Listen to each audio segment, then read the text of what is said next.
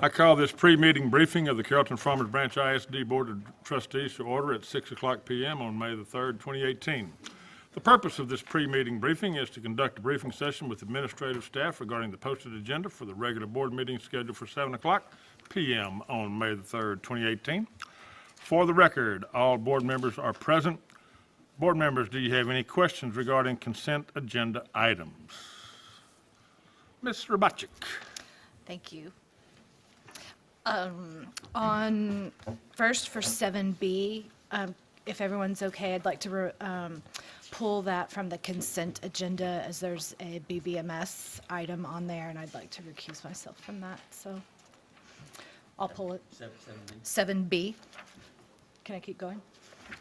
Okay.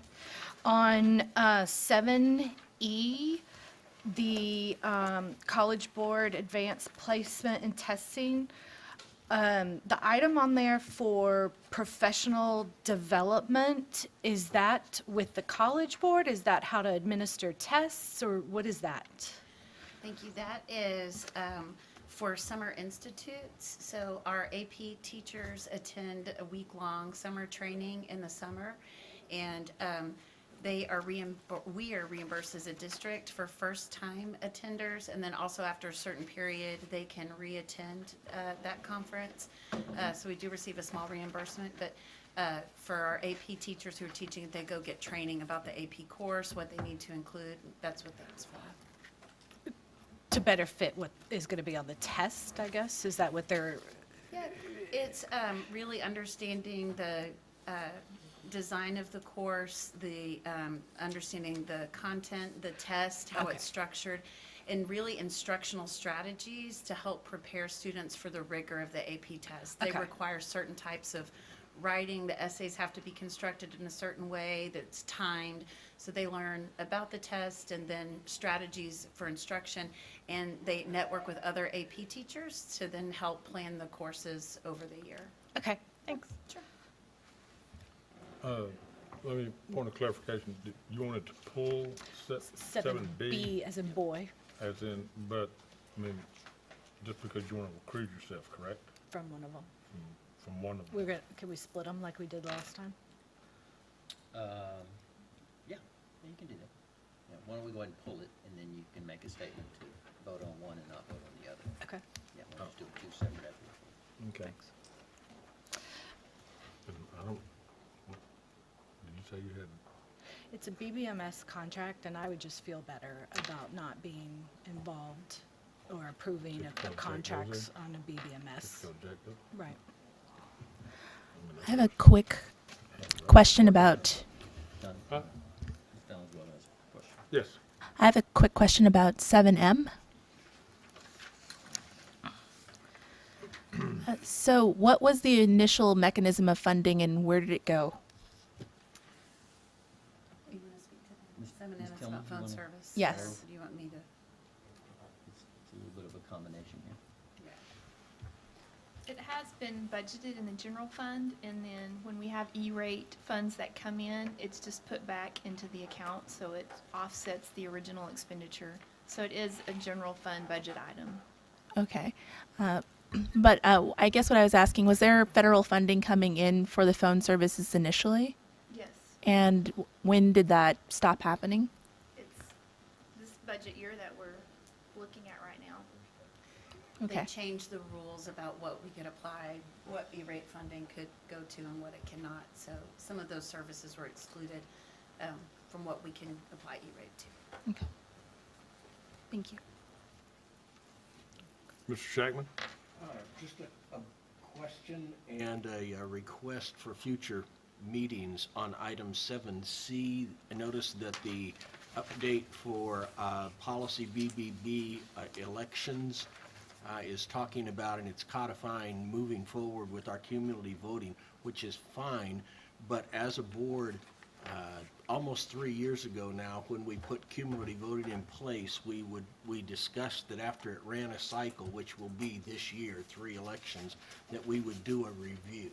And I would like to see us agendize that going forward this fall. I don't know that there'd be any reason to make a change, but I think we do need to follow through on what we had promised. We'll make a note of that for that, Yeah. that agenda. Yeah, but, and this doesn't need to be pulled. You say it does or does not? Does not need to be Okay. pulled. Okay. Mr. Boccic? On 7H, the I-lit, am I saying that? If that's how you would Yes. word that? Okay. On one of the items, it says responsible for purchase of I-lit compatible devices for student and teacher use. What are the devices and how are those different from what we already use? I mean, To the item. You want to speak to that, Ms. iPhone can be used Eisbach? on any device. It can be used on iPhones, on the Chromebooks that will be on all the secondary campuses, which is where the program will be used. So I'm not sure what was listed, but So it's a software, not a hardware? yes.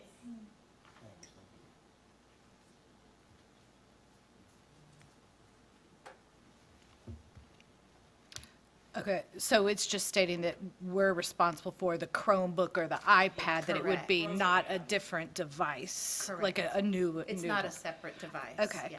Gotcha. Okay, thanks. Any other questions, board members? 7AA on the Canvas, the learning management system, I mean, that's for the students, right? So that they can go in and see courses, or is that going to change the reporting, like parents self-serve on grades? Is that going to be combined, or is it different?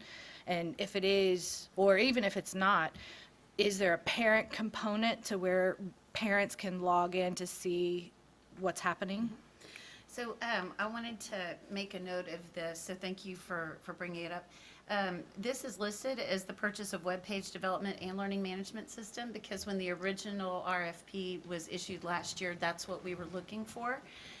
We did not find a product that met both of those, and so really, this is only the learning management system. We're building our web page in-house, and we're working on our OCR compliance with that. So we want to just make sure that that's clear in the minutes, that this is only a learning management system purchase. Right now, the learning management system, it becomes our curriculum shell. So if we think about like Blackboard, you know, a lot of college courses are built out in Blackboard. So there's a student-facing component of that. So I can log in as a student. I might have a video I've been asked to watch, a discussion group I participate in, a tutorial group that I join. A homework might be assigned, a tutorial to me if I don't understand content. It's also our content repository for teachers. So they log into Canvas and then they can access. Our long-range plan is that we're working on building out courses that are blueprint courses. We've been calling them master courses. We're shifting our language. They're blueprint courses that we could use as summer school, as blended learning, flexible learning, off-site learning, because they'll be totally built out in the system and teachers can modify them. Then there is also a parent component that they can log in and they can see the content that their students are engaged in. It won't change parent self-serve. That'll still be where grades are recorded and notified, but there are some grading tools and features that we can give immediate feedback to students. So it's just going to be a process of building out the courses in that system. Our students that returned from college told us that one thing they felt not as prepared for was functioning in a learning management system or an LMS, because that's something they have to do at college. Canvas has the lion's share of the university market, which is why we made that as our choice. And we're starting with our upper level courses and then working backward in our design. So, but we have students that are already using components of it as early as 4th grade. We have some students at Farmers Branch Elementary that are engaging in tutorial groups. We're rolling it out slowly, so we're really getting our teachers used to it. And then the parent-facing component is expected to be launching next year or the year after. Hopefully next year, so. Is this different than the Google Classroom that they're in right now? Is it a replacement, or is it work in conjunction? It works in conjunction. Okay. So we can connect Google Classroom to Canvas, and then our blueprint courses will be built out in Canvas independently. But they function really nicely together. Okay. When they function. We've had a lot of trouble with my son using Kansas, Brookhaven College. It's a challenge. It's a great system, and it will be just a lot of bugs. There are 2 levels of Canvas. There is I don't know what to call it, a basic level, and then there's an advanced where you do all your own programming in it. Are we doing the basic as a start? Let me see, Ms. Webb, can you speak to that? Are we at the basic level or an advanced programming level of Canvas? We're kind of in the middle. We are doing some custom courses as well as pulling in some of the things that they already have built. Good. Well, the kids really do need it. It's going to be a great thing.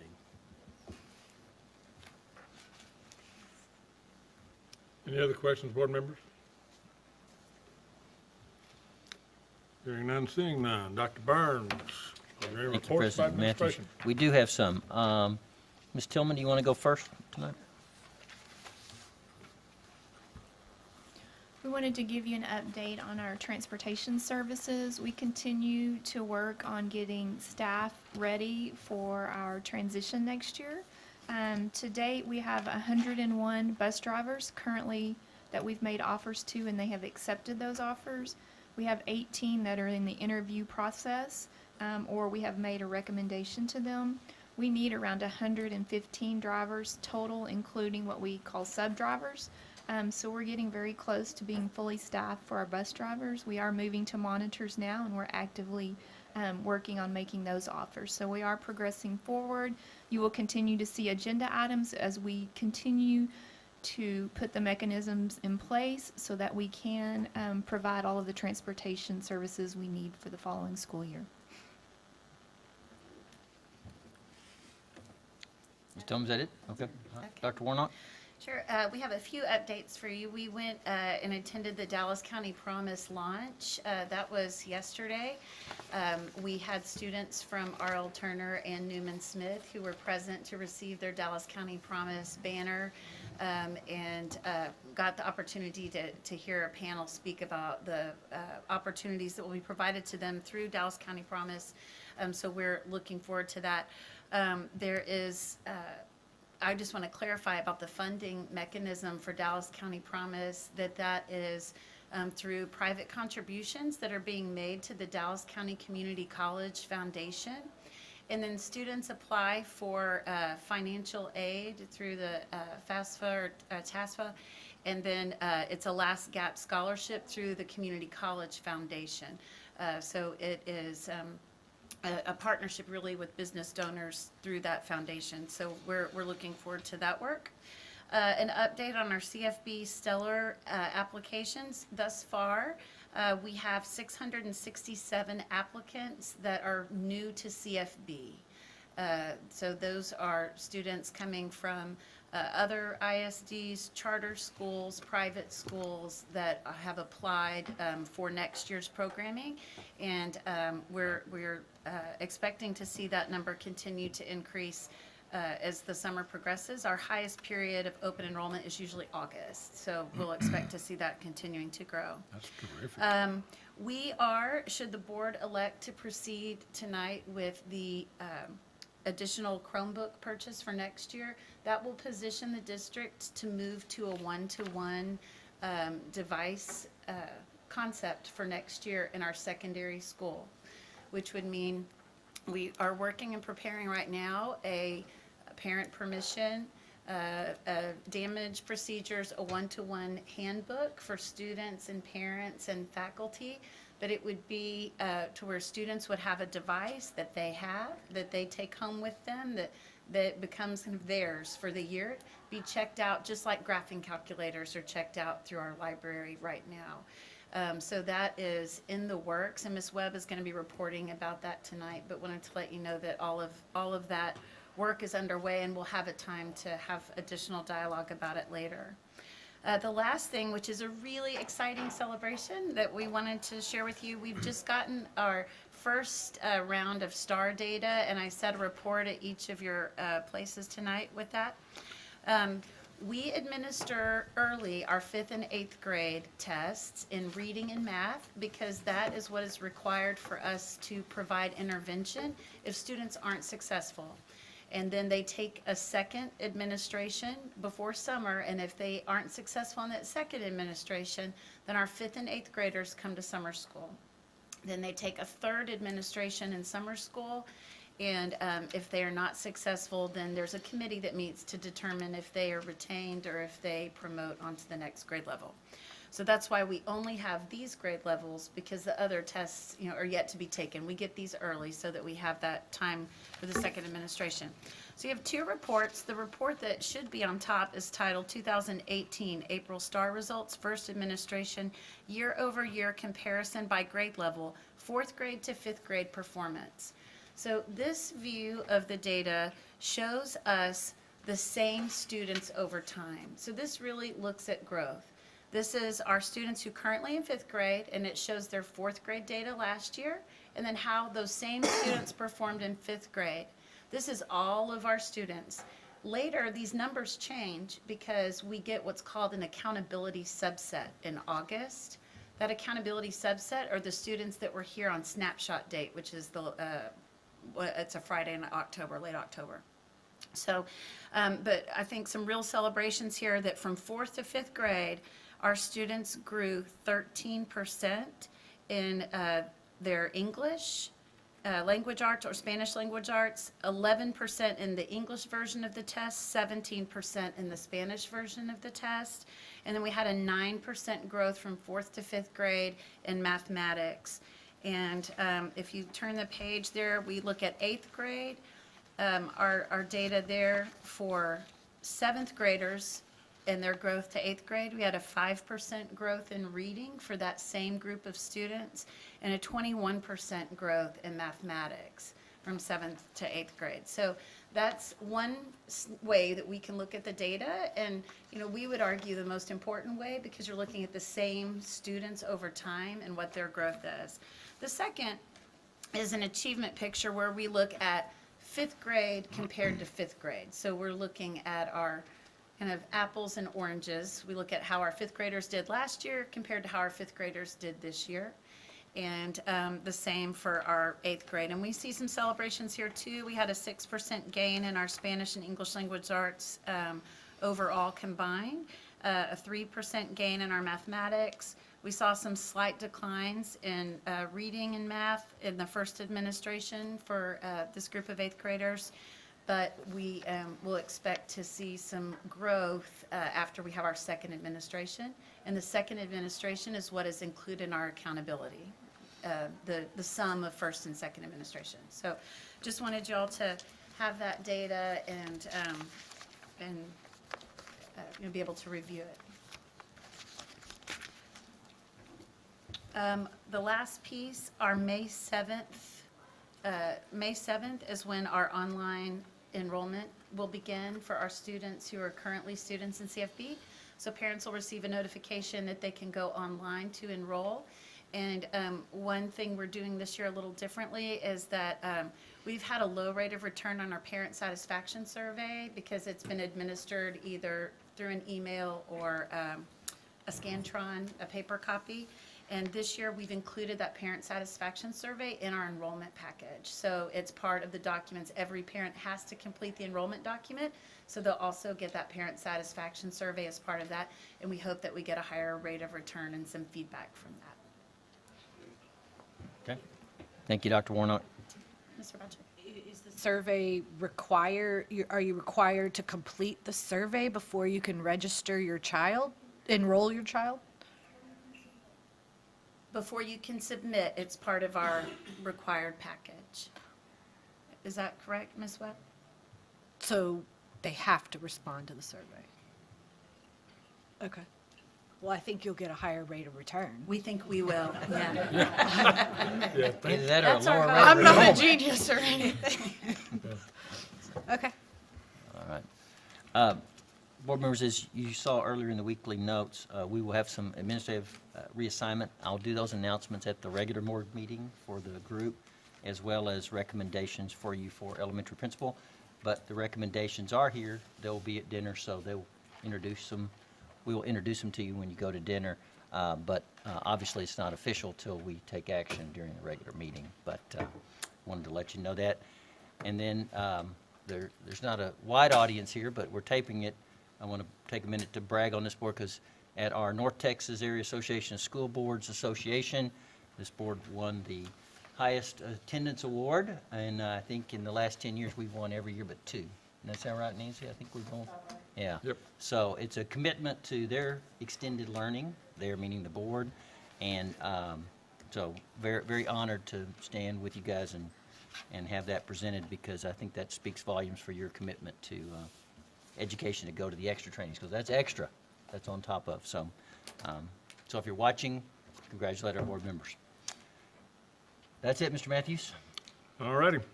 Ladies and gentlemen, we have reached the end of our agenda. This meeting is adjourned at 6:20.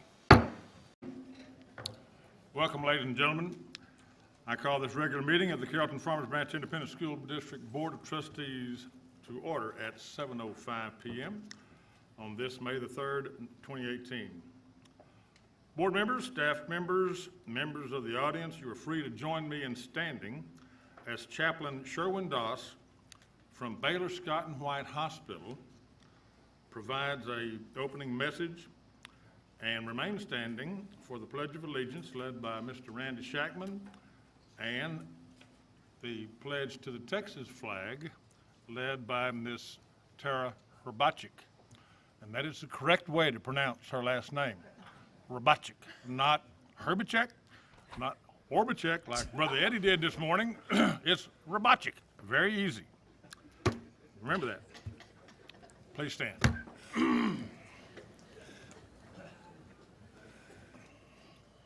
Thank you, President Mr. Matthews. I'm so very honored to be here to lead in prayer. I thank the Almighty God for giving me this opportunity and also Ms. Pam Penner for being on top of getting back on me to lead the prayer. Just a word about how prayer is important in our lives. Cloning was a talk when Dolly the sheep was cloned some time back. One of the concerns was the ethical outcome of it. Is it right or wrong to clone? Luke 6:40 says, "The student is not above the teacher, but everyone who is fully trained will be like the teacher." The role of a teacher is so very important. Whatever you do, kids learn from you and they clone it to know this is my teacher, this is my person from whom I'm learning. And thank you all teachers and thank you all board for being on top of everything to do this wonderful ministry to reach out to the children of our community that one day they will be bright citizens. Abdul Kalam, the scientist, the former president of India who passed away, said, I quote, "Teaching is a very noble profession that shapes the character, caliber, and future of an individual. If the people remember me as a good teacher, that will be the biggest honor for me." End quote. Let's look to the Lord in prayer. Gracious God, a loving Heavenly Father, we come unto the throne of grace this evening and humble ourselves. You're a great God, a loving God, a caring God, a God who sent your only Son, Jesus Christ, into this world because you love the world so much that you gave him as a beloved Son, that whoever believes in him would not perish but have eternal life. Lord, this evening as we gather together, we remember also Colossians 3:16 that says, "Let the message of Christ dwell among you richly as you teach and admonishing one another with all wisdom through psalms, hymns, and songs from the Spirit, singing to God with gratitude from our hearts." Lord, this evening we are here to rejoice for all the blessings that you have bestowed upon us. And we pray that your presence would be with us, bless the meeting, bless each and every one of them who lead the meeting, and we pray for every person who is participating in this meeting that you would guide them with your divine wisdom, and all the decisions that they make would be governed by your Spirit, and you would lead them.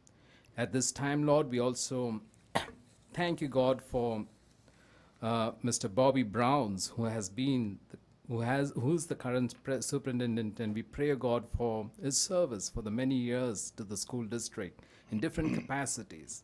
We pray that your grace and blessings be upon him in all that he does and in his future.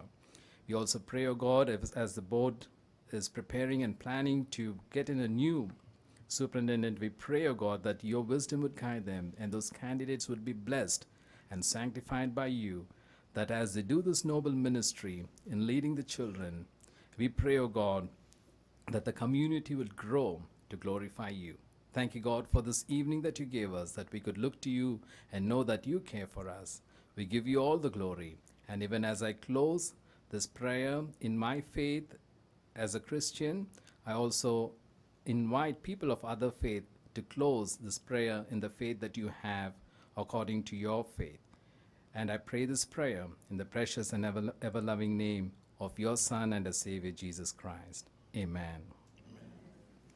Thank you, President.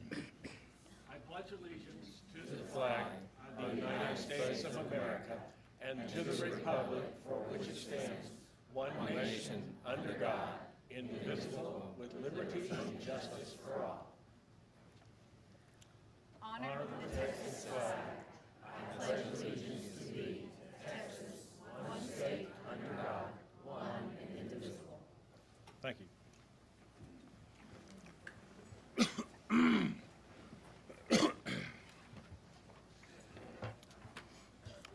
As a district, we dedicate all our efforts and resources to our goal of high achievement for each student.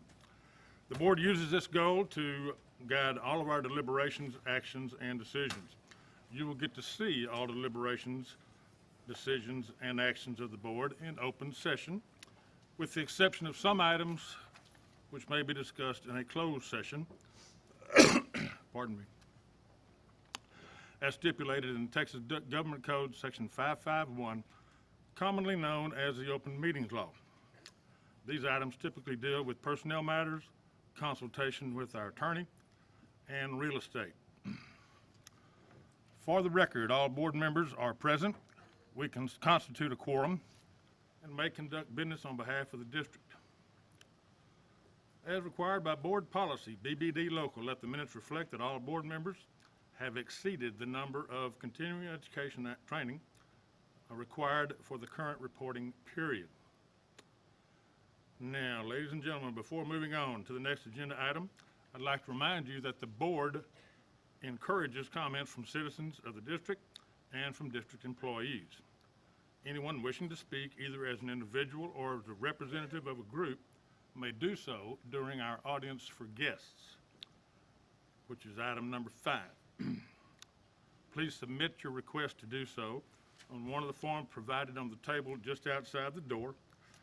You may place the completed form in the box on the table, or you may give them to Administrative Assistant Ms. There she is. Yeah.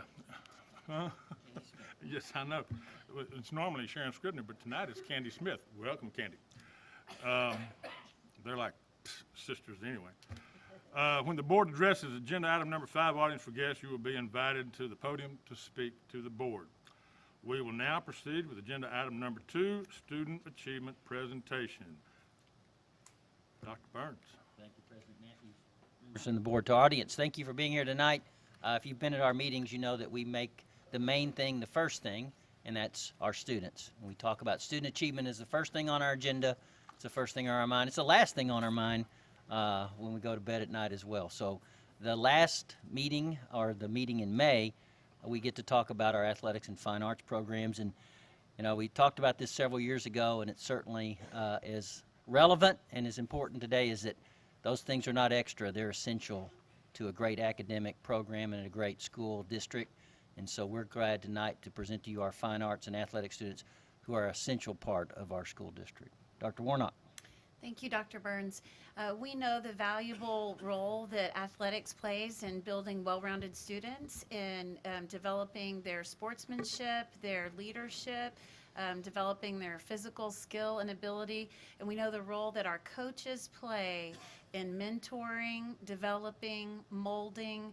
It's not just about the sports, it's about life. And we just want to thank all of the coaches that are here today that make an incredible impact on the lives of the young people in their care. If you are a coach in one of our programs, will you please stand and be recognized?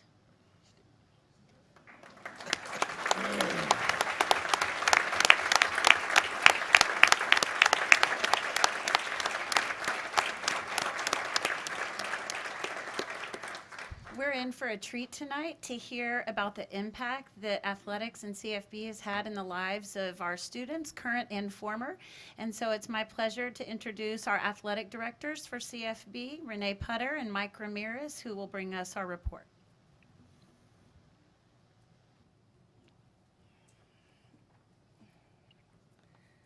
Mr. Matthews, Dr. Burns, members of the board, it is our honor to present the Student Achievement Stellar Athletic Programs in CFB.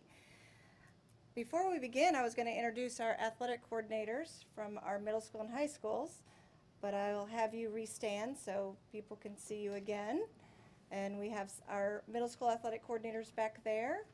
From you have Tyrone Larkins, Chase Merrier, Tucker West, John Kathman, and Tom Clare. From our high schools, if you'll stand.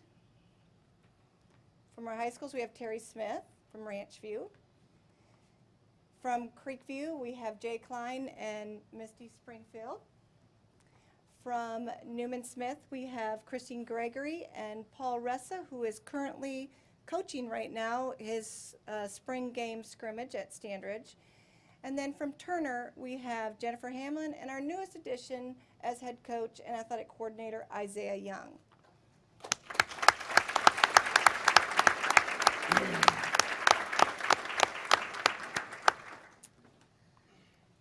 These coordinators have helped our department facilitate over 200 coaches. We gave the rest of them the night off because it's pretty packed in here.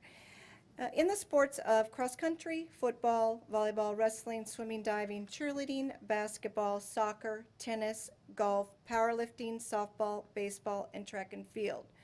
Our coaches make a difference in the lives of over 4,000 student athletes in the grades 7 through 12 by teaching them character, perseverance, leadership, sportsmanship, responsibility, ethics, attitude, and competition, which will help prepare these young men and women for their future past high school.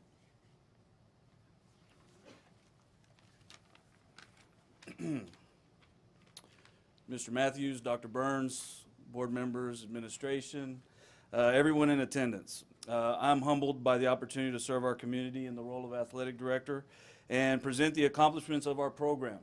There are many ways the school district earns its reputation, and it is my belief that athletics truly is a huge factor to that end. Our schools have accomplished a great deal this year. 76 athletes have competed at the state level so far, with 1 track and 2 golfers still to compete in the coming weeks. We have had 52 sport teams completing 71 community service projects. Overall, we have 18,461 students who are physically active every day in CFBISD. Our athletic program is so much more than just the end result of a competition. We as an athletic program take great pride in the process and benefits our athletic programs provide our student athletes. The student comes first in the word student athlete, and that is something that our coaches do a great deal of promoting, and our kids appreciate their academic opportunities. They use their accomplishments in the arena of competition as well as the arena of the classroom to earn both academic and athletic scholarships. 51 athletes have been offered 135 total scholarships, totaling $6,993,686 in total. Scholarship offers, and during the month of May, this total will increase. The life lessons our athletes learn from the process of preparation and competition carries them long after their high school careers. Many of our students will never compete in organized sports again after high school, but it's the characteristics of selflessness, perseverance, grit, work ethic, and commitment, to name a few, that are ingrained in them and applied in their college performance, their future careers, and in their personal lives as spouses and as parents. They become positive, successful, contributing members to our society that become the role model for future generations. This is what makes athletics essential to a respectful school district. And ours, I believe, is doing a great job of earning that respect. Tonight, we have a fantastic treat for all in attendance. We have 4 products of CFBISD that have gone on and accomplished a great deal since leaving our school system, and 1 current student who are going to speak tonight about athletics and what it has contributed to their lives. We'll hear first from Dr. Jason Petrasic, followed by Melissa Gonzalez, Olympic trainee, both of whom are Creekview alumni, followed by Ranchview alumni Lauren McCullum, a college athlete, and we'll end our journey with current student athlete Xavier Walker, Ranchview High School class of 2018. Please, at this time, welcome Dr. Petrasic. All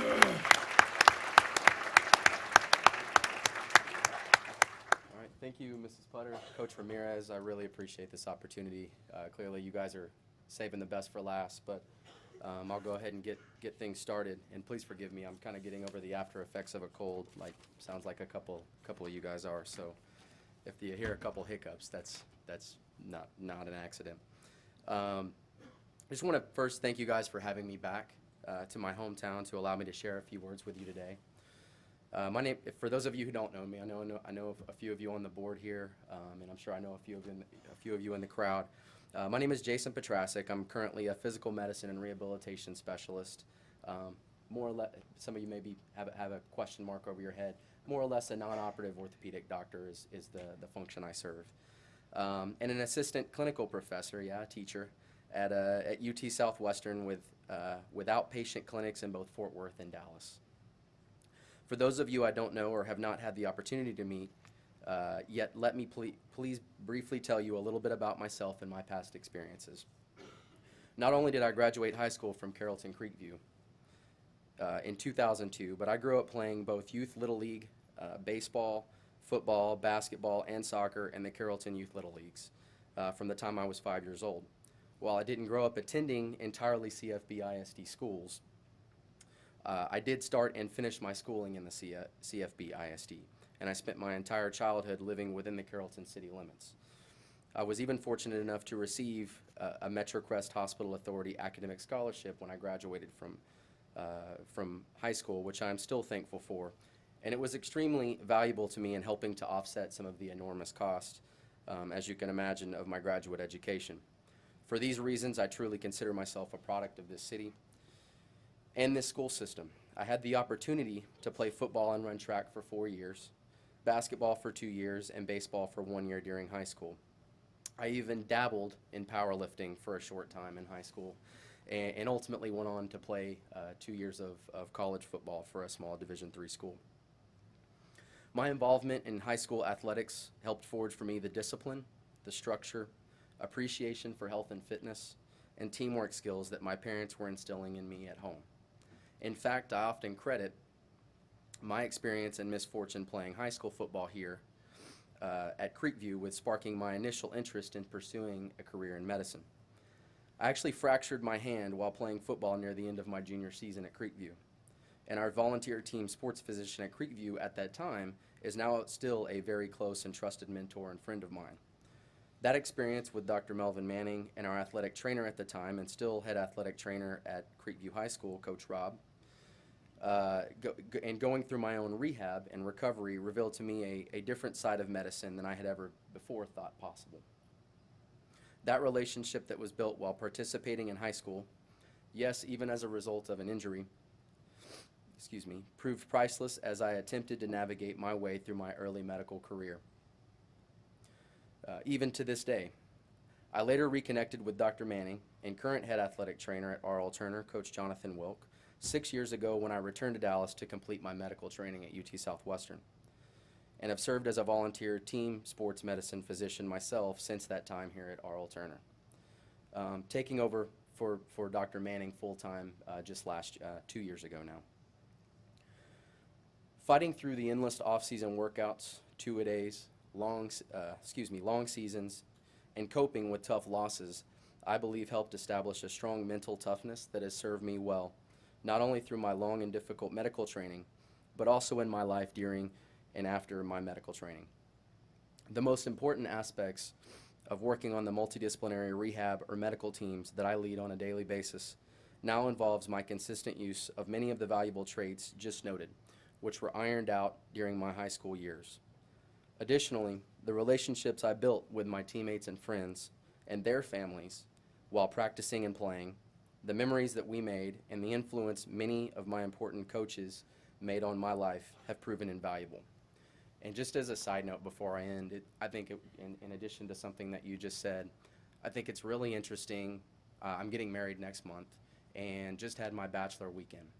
Had a lot of friends that I both played high school sports with and was very close to in high school that are still very close friends of mine today, and were at that bachelor weekend with me.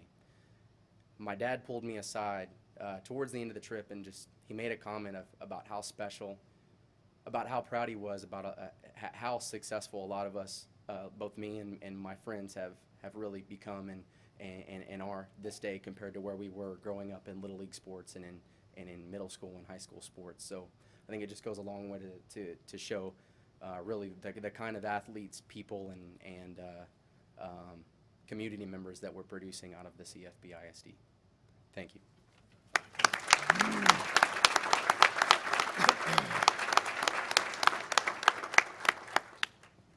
Hello, my name is Melissa Gonzalez.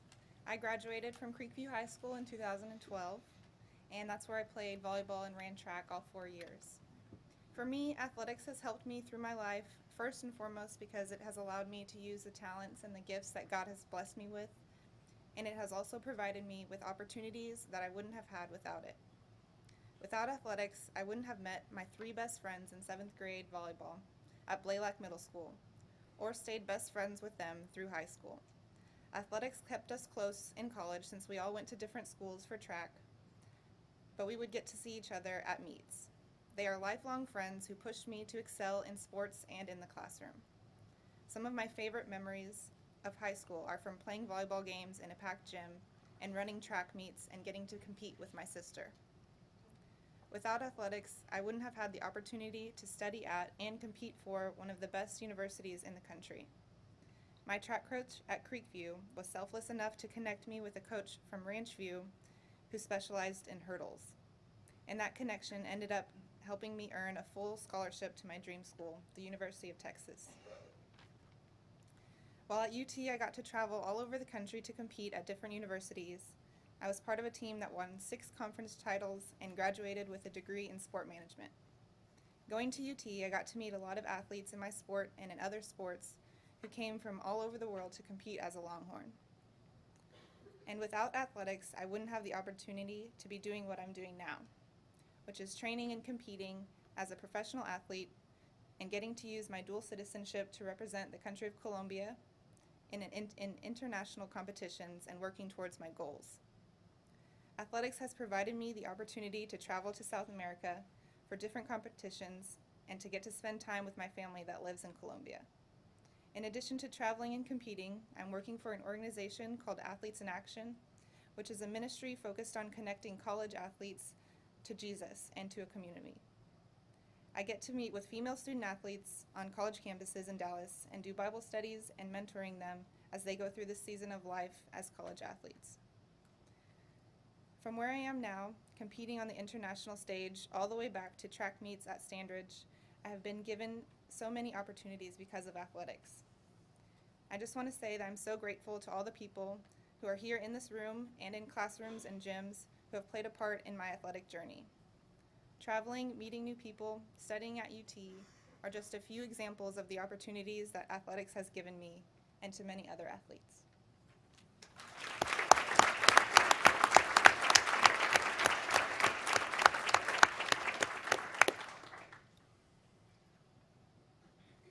Good evening. My name is Laura McCullum. I graduated last year from Ranchview High School in Irving, Texas, and I am currently a freshman at the University of North Texas. I played basketball during the fall semester of my sophomore year of high school and ran track in the spring semester of high school through the end of my senior year, as well as cross country and powerlifting.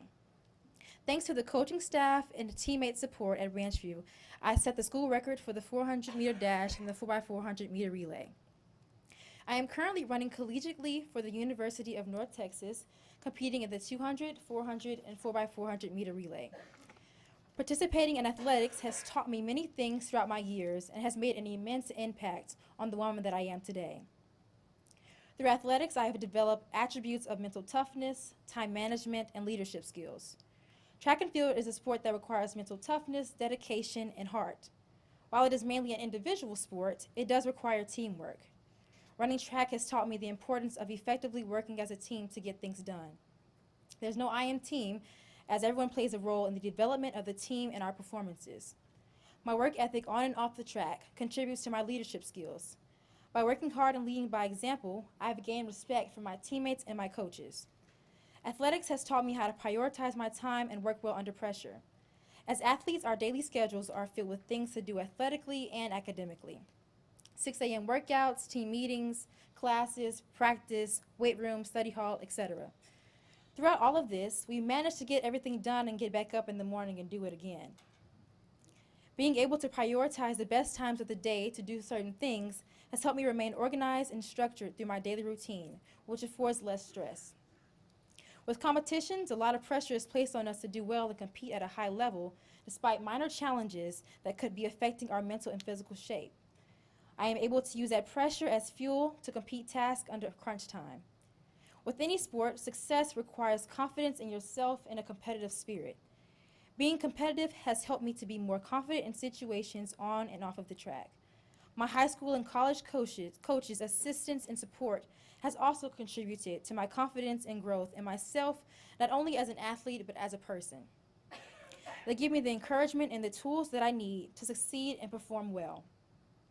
Participating in athletics has given me the privilege to travel to different places and interact with people from different backgrounds. I have built relationships and experienced things that I wouldn't typically experience without sports.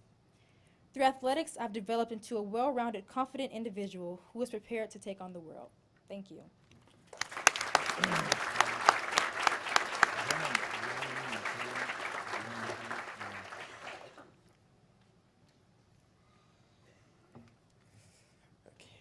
Hello everyone, my name is Xavier Walker and I'm currently a senior at Rancho High School. In the fall, I'll be attending Texas A&M University to major in psychology. I guess I'll begin prior to high school. I was actually in Kickstart Kids, which is a karate program at Barber Bush Middle School. So I didn't really have a basis for football. I was just kind of joining to, have fun, stay fit, and then, make friends. Probably all the wrong reasons, but, it's okay. Because we're here now, all right. So going into football, I was really nervous. I'm pretty sure Coach Smith would second this. I was nervous. I didn't really know what to do. I didn't know where I was supposed to be. I wasn't even sure if the students or coaches would accept me because I didn't have the prior relationship with the coaches and et cetera.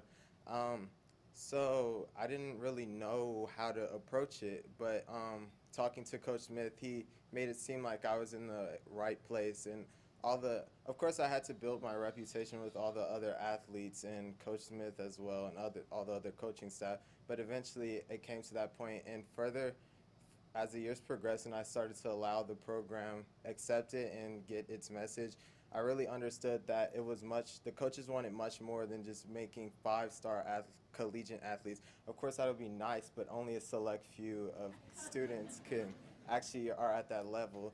And to be at that level is kind of an innate, I'd say, ability. Coaches kind of already know who is going to become those amazing athletes.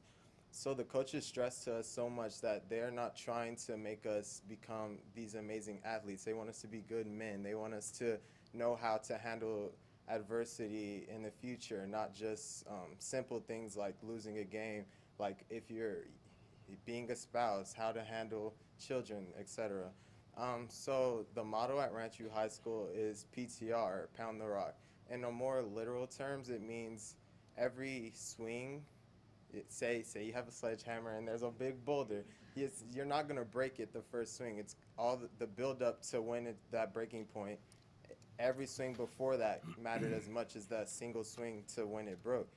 So I apply this to my everyday life because you don't just, for example, in high school, GPA, grade point average. You don't just take one test and get an A on it, and then there you go, there's your 4.0. It's a consistent thing. You always have to continue to get those good grades so that when you do graduate, those colleges see that you were a persistent kid and you cared about those things.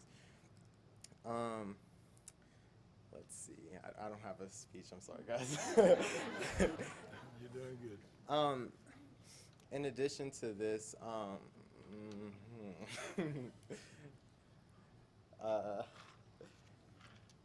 so yeah, football has really helped me grow as an individual because on top of football, I'm also included in the symphonic orchestra as well as full IB. And to summarize in simpler terms, full IB is basically a compromise of rigorous courses, service activities, long-term projects.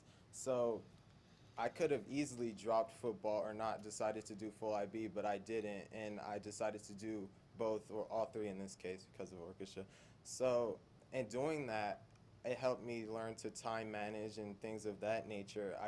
It helped me time manage, and I'm pretty sure that's a really important asset in college because many students say you have so much time in your hands, and it's kind of, you would think that that's a good thing because you have time to do all your work, but it's also could be bad because you go off and do a bunch of other things and never even get to your work. So, I mean, I kind of do that now, but it's okay. So yeah, it's just helped me to time manage and really prioritize myself. Yeah, that's it, guys.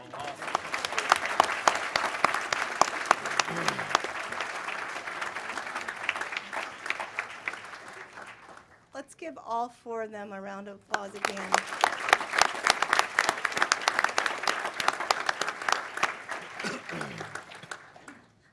Thank you for allowing us to share how the depth of athletics runs deep in our public school system. In CFBISD, our students can participate in 14 different sports, which makes a lasting impact on their life. Through athletics, as you can tell by the stories of their journey, anything is possible. On behalf of our current and former athletes, our athletes and coaches, Mike and I, we thank you for your support. We now can watch a athletic video.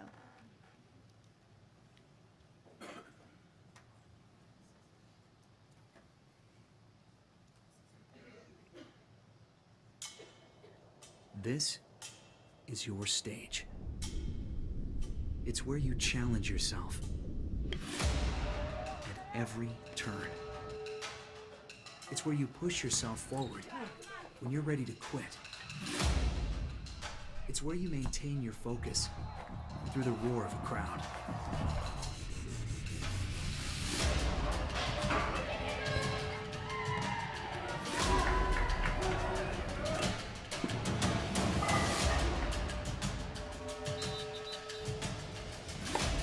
It's where you give it your all.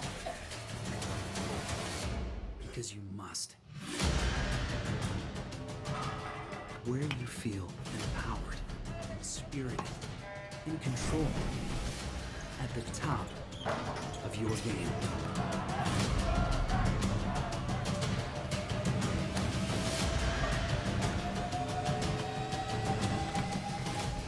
This is your stage. And it's waiting for you.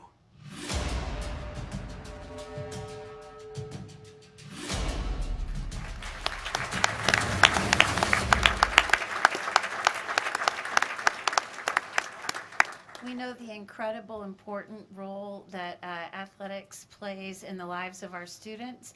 In no other place can a child participate in the orchestra, engage in the full International Baccalaureate Diploma program, and be engaged in athletics, except in our public schools. And that's why we say, choose public, choose CFB. That concludes our report. Board members, do you have any questions or comments?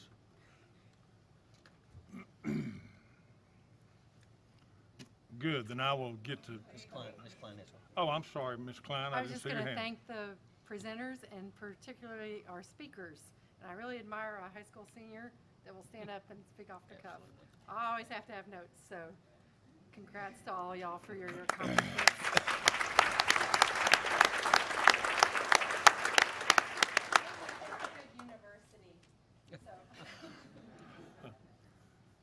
She was one of the whoopers a while ago. Yeah. Any other comments, board members? Good, then I get to talk for a little bit longer. Being a member of the coaching fraternity for 21 years, before I became an administrator, I know what athletics is all about. Being a former athlete, not really outstanding one, but I got to play and I loved it.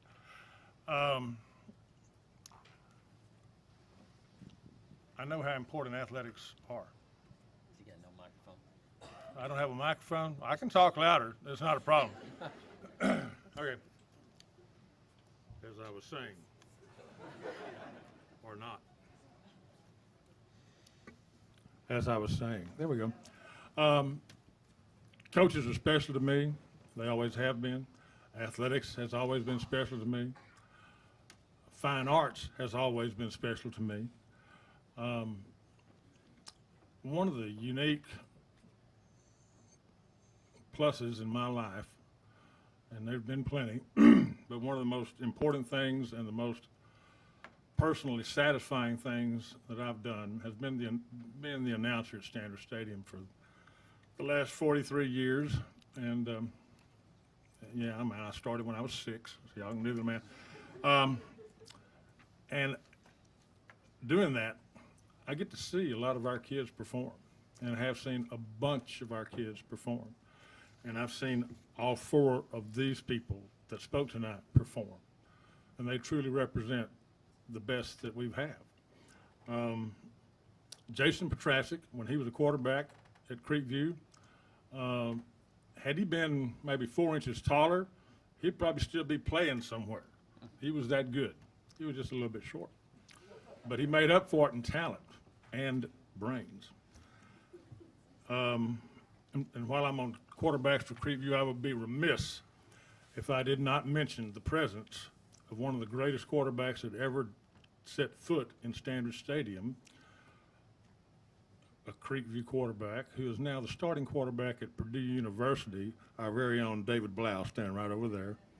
Welcome back, David.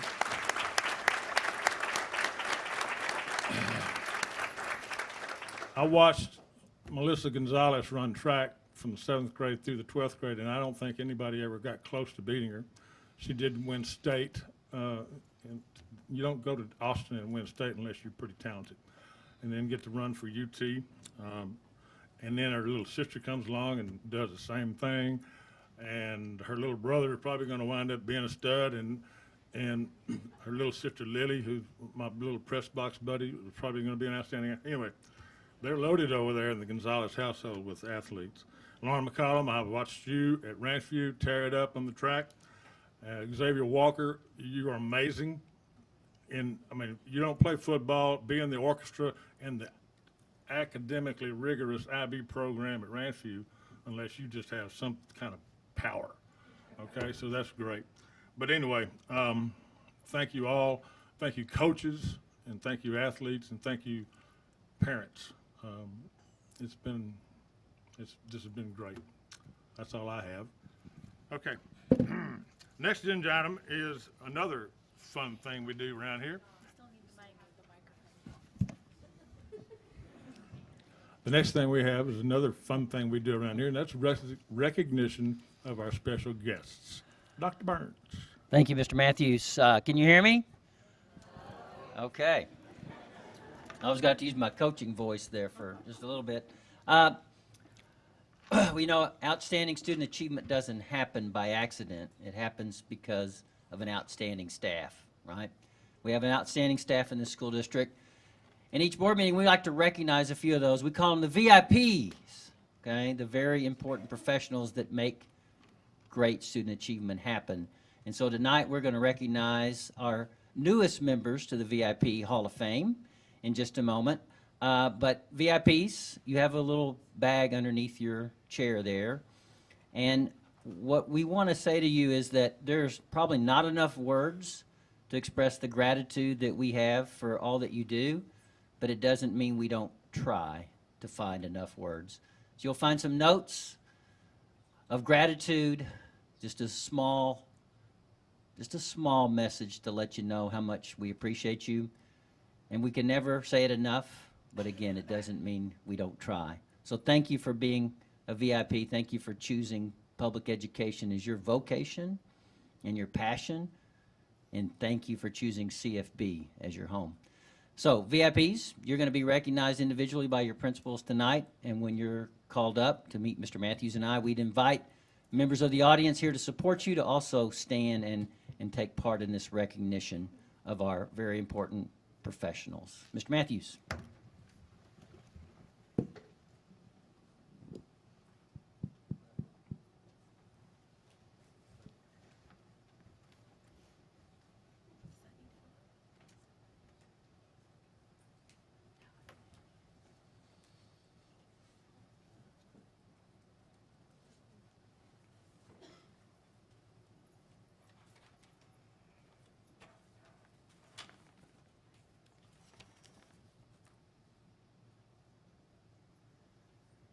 Good evening, ladies and gentlemen. My name is Timothy Isley, and I proudly and gratefully serve as the principal at Early College High School. Mr. Matthews, Board of Trustees, and Dr. Burns, thank you so much for the invitation to celebrate one of the many great teachers that we have in our school district. Uniquely, I'd have to say that Stephanie Wagner, our recipient for this year's 2017-18 VIP Award, for the Early College High School is unique because it kind of got a whole lot of energy from our Campus Improvement Committee. Our Campus Improvement Committee has several student representatives, and this year, during an agenda or during a meeting, they asked that they have all the students participate in the selection of our VIP person. So we kind of put the structures together, and we had 272 responses as to who our VIP was going to be. In being chosen as this year's VIP recipient, I present to you a few of her career and personal details. She has been a CFBISD teacher for 14 years, a science instructional facilitator, and an avid coordinator. She has had a snake in her science classrooms in Polk. She has served 15 years in 4 schools outside of CFBISD. She has started and maintained a peanut butter and jelly campaign at each of the schools she has worked in. That's when a kid is hungry, they can always find some peanut butter, jelly, and sandwich bread in her room. The importance here, she recognizes the power of relationships and developing the trust of each and every one of the children in her classroom and in the school. She is a mom with 3 children in or have already gone through college, Luke, Katie, and Ashley. In her current position at Early College High School, she is our AVID teacher and campus coordinator for the AVID school program.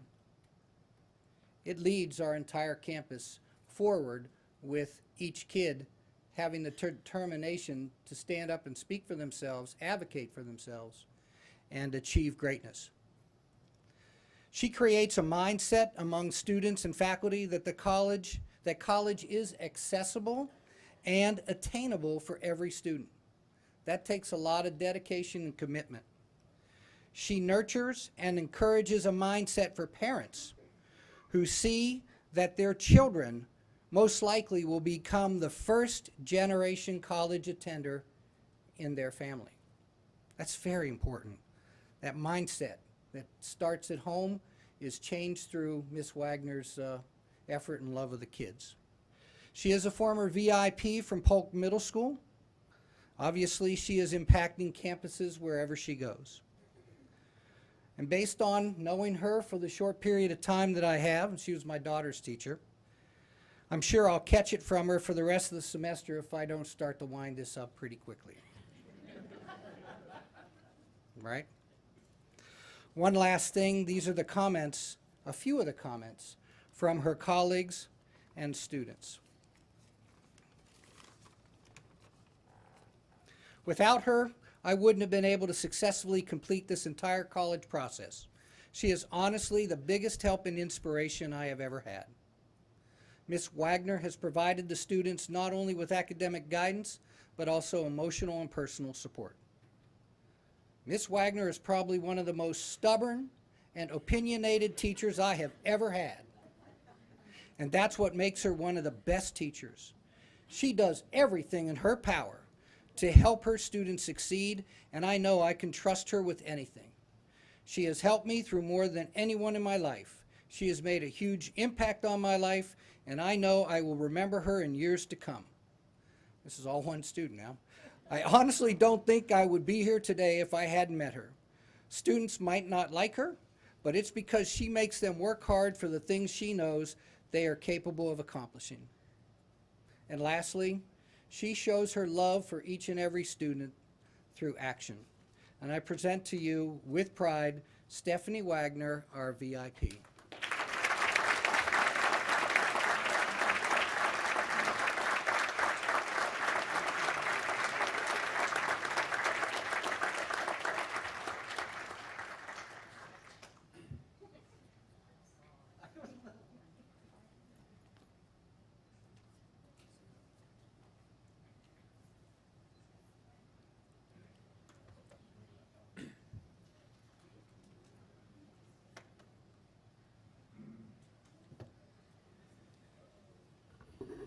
Good evening, Dr. Burns, Mr. Matthews, members of the board, colleagues.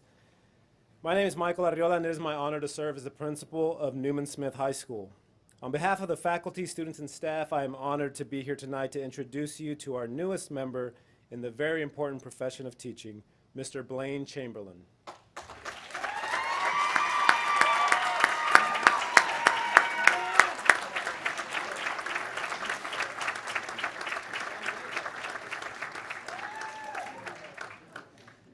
Mr. Chamberlain exemplifies the qualities we hope to see in all Newman Smith Trojans. He is a CFB product, having graduated from Newman Smith High School in 2002. He then went on to graduate with a bachelor's degree from Texas A&M. There it is. He returned to Smith as a long-term substitute in 2007 and was offered the opportunity to move into a teaching position in 2008 when Mr. Pouncey told the horticulture major he would hire him if he could pass the math certification exam. Mr. Chamberlain proved both his intelligence and dedication to Smith by passing the exam and joining the Smith family. Mr. Chamberlain has served as a role model for all teachers on our campus. He is an instructional facilitator, new teacher mentor, and our lead biology teacher. He has been an innovative leader on our campus and taken on the challenge of adapting our STAR biology tutorials to Google Canvas to make them more accessible for all of our students. He's also led by example by participating in our year-long Stellar training to help our English language learners be more successful at Newman Smith. Mr. Chamberlain has served as a role model for all of our students as well. Newman Smith senior Harrison Chung shared the following. Mr. Chamberlain finds a way to allow every student to feel connected with one another. He brings the joy out of others and creates a fun and original learning environment. He manages to teach his lessons in an interesting but effective manner to all of his students. This year, we've interviewed 2 Newman Smith graduates who are hoping to rejoin the Newman Smith as teachers. When we asked them why they wanted to return to teach at Newman Smith, both mentioned Mr. Chamberlain first as the teacher who inspired them to return and give back to their alma mater. Newman Smith High School and CFBISD are fortunate to have Mr. Chamberlain as a member of the very important profession of teaching.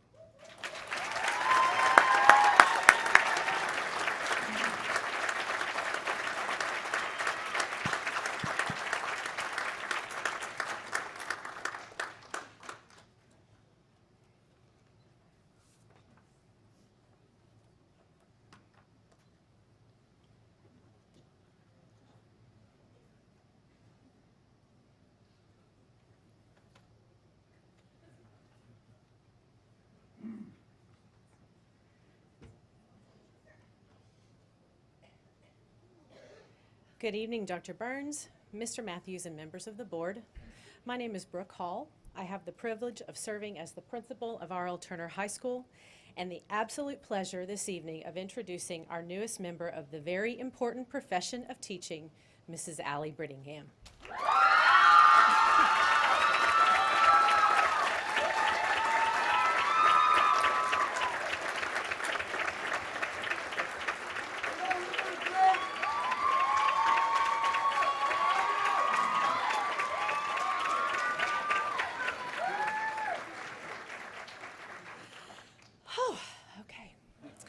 Allie is a homegrown product of CFB, having attended McCoy Elementary, Polk Middle School, and Newman Smith High School. She and Blaine were there together at the same time. She first came to Turner in 2010 to teach dance and drill team, but after only 1 year, her husband's job took them to Victoria, Texas. Allie, however, quickly realized that she missed working with her Turner kids, so she made her way back to Carrollton and back to RLT.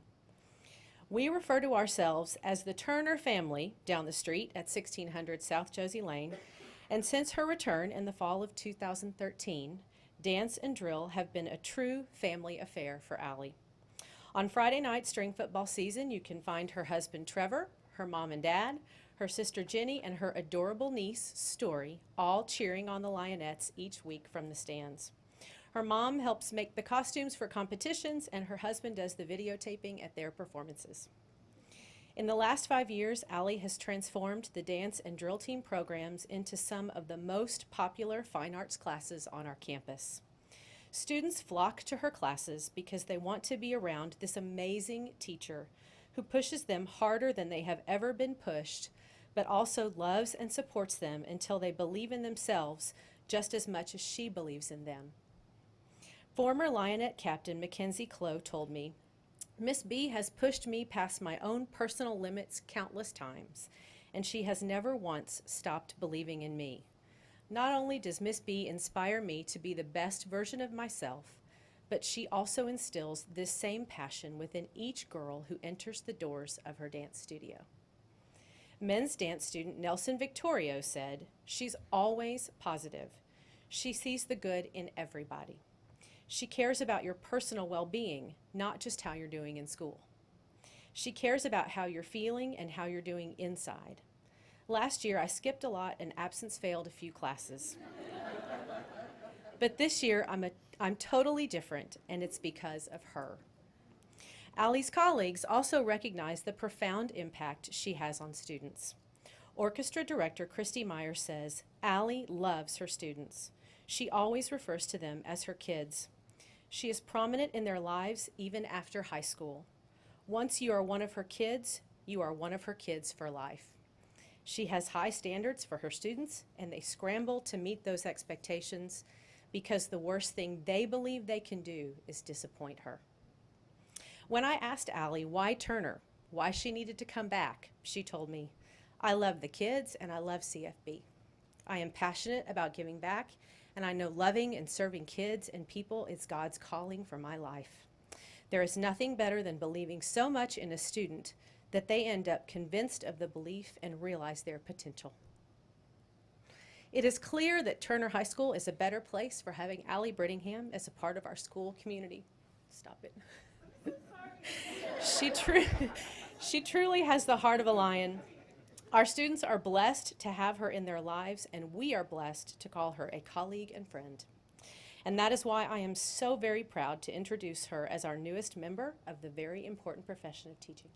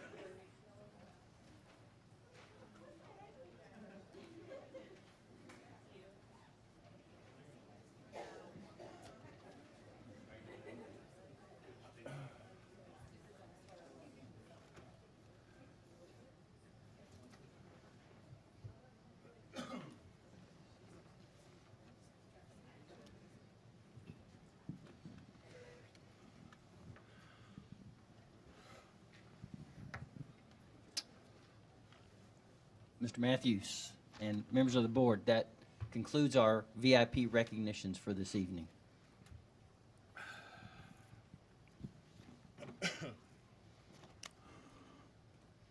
Okay. Once again, I get to make some comments.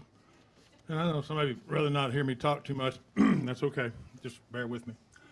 I just want you three people to know that you didn't get picked at random. You earned the right to be sitting on the front row tonight. We have over 3,000 teachers in this school district, and we only do this recognition, about 7 or 8 times. We do the other one, and we normally have no more than 5. So you can do the math on that. A very small percentage get to be sitting here. So you should be proud. And we're proud of you. And if we had a whole bunch more teachers like y'all, we would be unbelievable. And our goal of high achievement for each student would be met time and time again. So thank you. Now, that being said, I happen to know a couple of you, maybe a little better than I'm sorry, Blaine, I don't know you, but I know your wife. She's been in the district, you know, she's been a teacher, my grandson. Yep. Yeah. But let me talk about Miss Wagner. Back before after I retired and got finished with my assignment with Coach Putter at the stadium part-time, I started substitute teaching. And if you'd have asked me when I was an administrator in high school if I'd ever consider being a substitute teacher, I'd say that's probably the last thing on the planet that I would ever do. But I decided I'd give it a try. And because Miss Bailey was at Polk and one of my sisters at Creekview, she told her secretary to hire me every chance she got to come over there. Am I lying, Michelle? No. So I had the pleasure of substituting for Miss Wagner on several occasions. Not that she missed a lot of school, I'm just saying. And yes, on my first time in her class, I did encounter the snake. I didn't know there was a snake in there, and I'm not really a snake person. But you know, the kids say, "Yeah, that's a snake." And I said, "Okay." But her classes were always very good and very respectful and did their work like they're supposed to do. And if I'm not mistaken, one time I forgot what period it was, but I was kind of hungry, so I went and made me a peanut butter and jelly sandwich. And so thank you for Stephanie. Second that, Stephanie. You're good. Again, Blaine. Again, I don't know you very well, but I do know Michael Ariella very well. And if he selected you, you must be pretty special. So congratulations, son. And Allie B. I may get in trouble before I'm done with you. And if I do get in trouble, so be it. As I mentioned earlier, I've been the announcer at Standard Stadium for 43 years. I've been in the district for 48 years, doing various and sundry things. I've seen every drill team that's ever performed in Standard Stadium for the last 43 years. We've had some outstanding drill team directors in this school district. Normally at halftime, that's when I get to eat. And 'cause I get there early and stay late, but so at halftime is when we have food. And so normally I don't announce halftimes. They have each school has their own halftime announcer. So I get up and go get something to eat, and I generally sit and talk to some of my friends that are in the press box and so forth. Except for the last several years, when Turner was at home, I would get my plate and go sit on the glass on the 50-yard line so I could watch the Lionettes. I didn't do that for anybody but the Lionettes. So if anybody's in here from the other schools, don't get mad at me. I'm just saying, to have that many girls, the largest drill team in the area, perform so well, and I would sit there and I would focus on the middle of the line so that I could see peripherally everybody. And I would be looking to see if somebody got out of step or messed up, it would be obvious because you're drawn to it. It never happened. If you aren't the finest drill team director in the state, if you aren't the best, then if you're not in a class by yourself, as Mom Phillips talked about Earl Campbell, it doesn't take very long to check the roll. So congratulations, Allie. Thank you all. Next item on the agenda is district announcements. Dr. Burns? Thank you, Mr. Matthews, members of the board. As you know, we like to give a few announcements while we have an audience still with us and tell you about some of the great things happening in the district. And I'm going to turn it over to Angela Shelley Brown. Thank you, Dr. Burns, members of the board. I'm going to give you a few announcements of events that are happening and taking place around CFB in the next few weeks. It is time of the year for celebrating our seniors, and we heard from one tonight. So I'm going to give you some things that are happening for our seniors. The Early College High School Senior Honors Breakfast will be held Tuesday, May the 25th, beginning at 8 a.m. at Early College High School. Friday, May 18th, R.L. Turner High School will host their senior walk. So check that out if you have a senior. May 21st, the Early College High School again will have their senior walk to be held at Early College High School at 9 a.m. Wednesday, May 23rd, Newman Smith High School will hold their senior walk. It will be held at Newman Smith at 12 noon. Thursday, May 24th, Creekview High School will hold their senior walk at Creekview at 9 a.m. Thursday, May 24th, the Early College High School graduation will take place at 7 p.m. at Brookhaven College. Wednesday, May 30th, the Fine Arts and Athletics State and National Awards Ceremony will take place at Rancho High School in the cafeteria beginning at 6:30 p.m. Thursday, May 31st, Rancho High School Senior Walk will take place at Rancho High School at 8:30 a.m. And graduation for our 4 comprehensive high schools will be June the 9th, that's a Saturday, at the Coliseum at the University of North Texas in Denton. 9 a.m. is Creekview, 1 p.m. is Newman Smith High School, 4 p.m. is R.L. Turner, and 7 p.m. is Rancho High School. We have a lot of great events coming up. I can't believe we're at the end of the year. It's super exciting. We've had a great year. We're now going to hear from Diana Guerrero, CFB Council PTA Treasurer, who's going to provide an update from the PTA. Diana? Thank you. Good evening. I'm Diana Guerrero, and I'm the CFB Council PTA Treasurer, and I'm here to give you an update. We are hosting a vendor fair on Saturday, May 12th from 8:30 a.m. to noon in the ESDC building. We will also have our last Council PTA regular meeting at 9 a.m. Everyone's welcome to attend both, and we're hosting PTA training at 9:30 a.m. for newly elected local officers. You're welcome to attend that as well, but we invite you to please go to our website and register for that. Council PTA recently held our officer elections, and I'm pleased to announce the CFB Council PTA Board for 2018-19. Our president will be Meredith Watson. First Vice President and for Aid for Leadership Development, Emily Crawford. Second Vice President, Membership, Kim Brady. Third Vice President, Programs and Family Engagement, Sylvia Mazzara. Fourth Vice President, Fundraising, Evelyn Lane. Secretary will be Delia Gonzalez. Diana Guerrero will be the treasurer. Congratulations and our thanks to all for their willingness to serve in support of the PTA. I also wanted to provide some highlights of our local PTAs this year with regards to their efforts in support of our schools and our students. All 36 of our PTAs are in active status and good standing with the Texas PTA.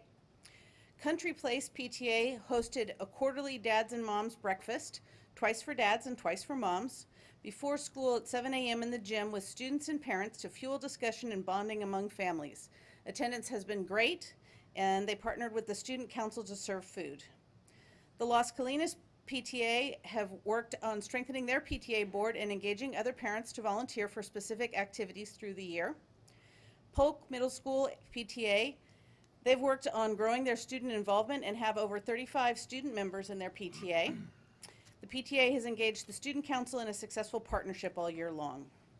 Farmers Branch PTA had a great family friendship dance. Rainwater PTA worked hard this year to strengthen their PTA board and improve communication and PTA awareness among their families. Vivian Field Middle School PTA focused on growing their membership. They exceeded last year's membership numbers and won several of the Texas PTA membership awards, including the Golden Apple Award for a 100% staff membership, showing the great support they have from their school staff.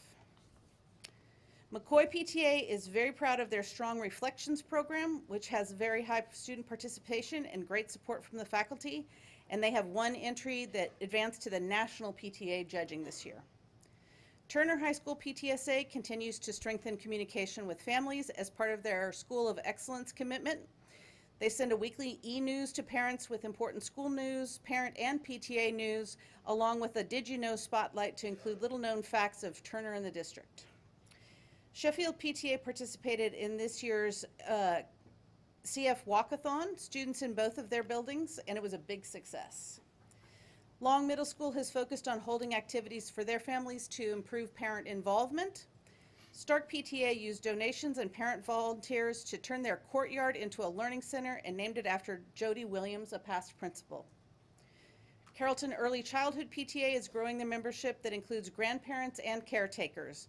They're getting ready to celebrate their 60th anniversary with activities planned in July.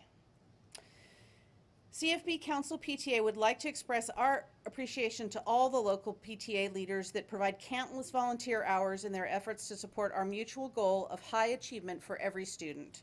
These volunteers make a difference in our schools and for our students every single day. We'd also like to thank the principals for their support this year. Every PTA that has reported growth along with successful events and activities has specifically mentioned that working with a supportive principal is great. It's been a great partnership, and we look forward to great things in 2018-19. Thank you.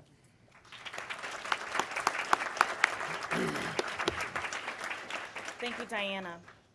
Tonight, I'm also going to represent the Educational Foundation. I'm the chairman of the CFBISD Educational Foundation also.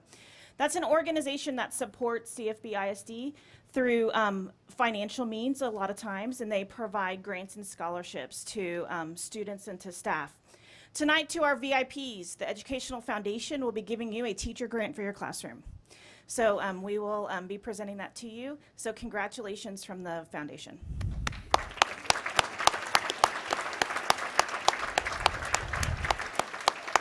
Dr. Burns, that concludes my report.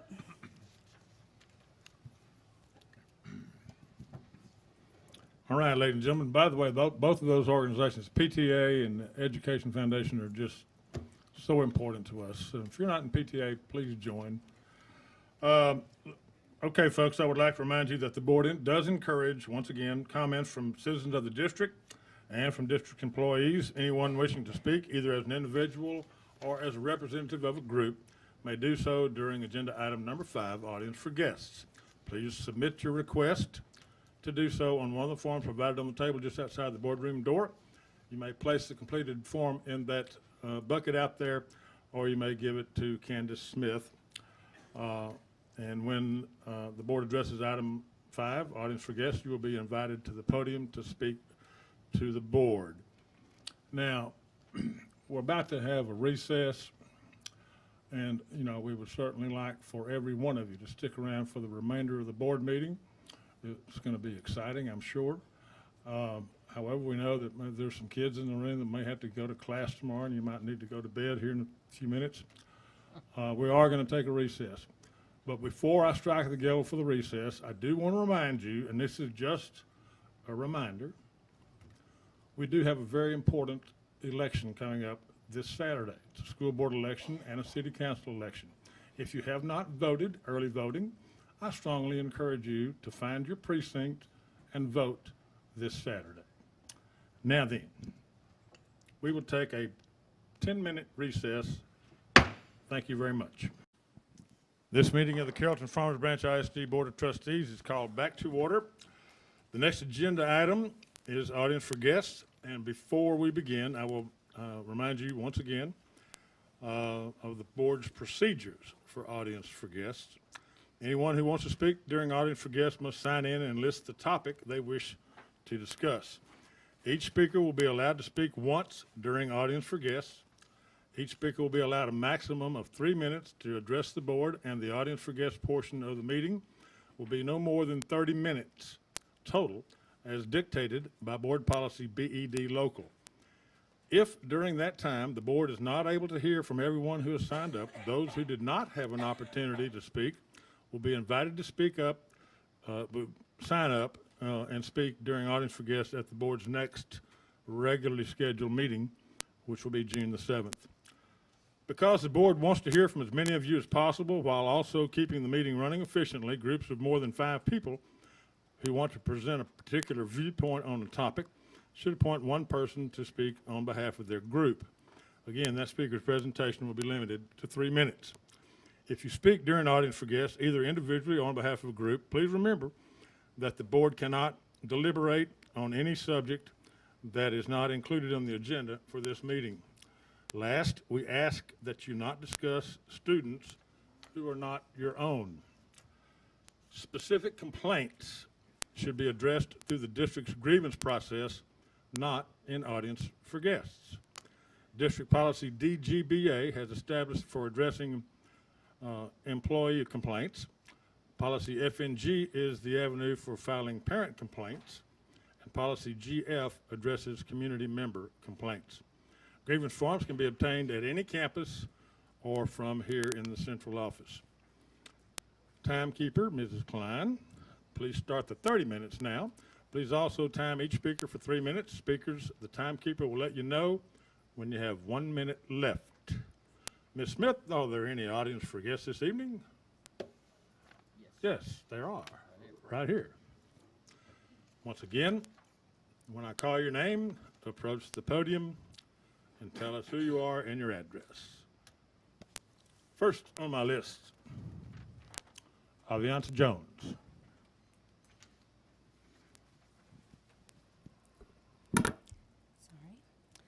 Good evening. I'm Aviance Jones, principal of Las Colinas Elementary School. Summing up the leadership qualities of a superintendent in a matter of 3 minutes is quite the challenge. However, I'm going to do my best. As I've learned, there is power in the economy of language. Great leaders don't set out to be a leader. They set out to make a difference. It's never about the role, always about the goal. There is a certain set of skills that are required for a leader. Now, this list isn't necessarily written down anywhere, but there is just a feeling that you get when someone of leadership caliber is in your presence.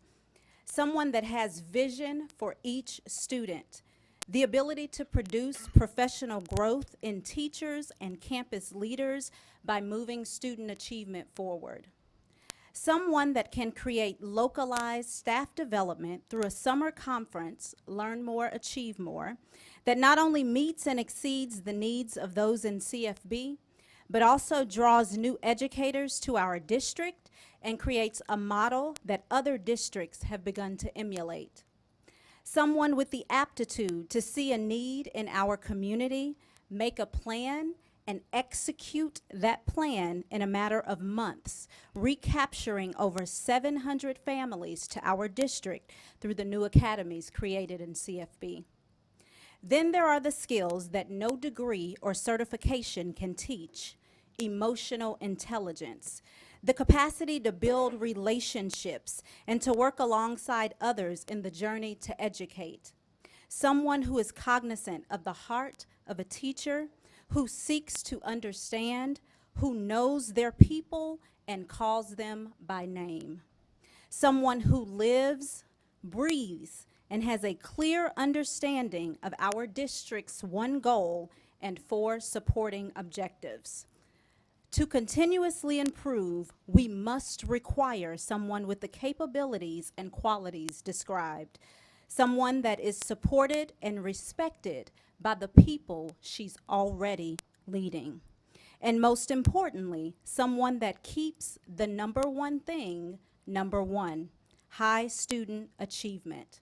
For these reasons, we urge you name Dr. Georgianne Warnock, the superintendent of Carrollton-Farmers Branch Schools.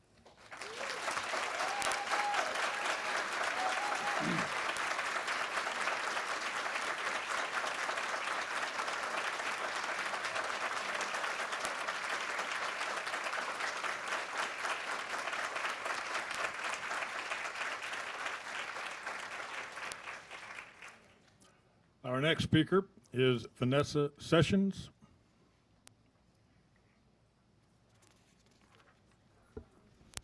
Good evening, Dr. Burns, Mr. Matthews, and members of the board.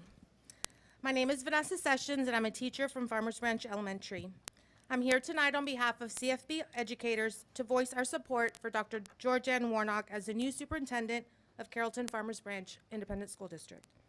Having taught in other districts, I understand how a strong superintendent is crucial to the success of a school district. We are so blessed that CFB has this proven leader already on our team, Dr. Georgianne Warnock. Dr. Warnock has a warm personality, is approachable and personable. She has brought about positive change in CFB. She's a visionary with a students first mentality and is an advocate for all student populations. Dr. Warnock knows that the most important job of our school district is to make sure students are learning and that there is high achievement for each student. This is evident in the creation of our professional development conference, Learn More, Achieve More.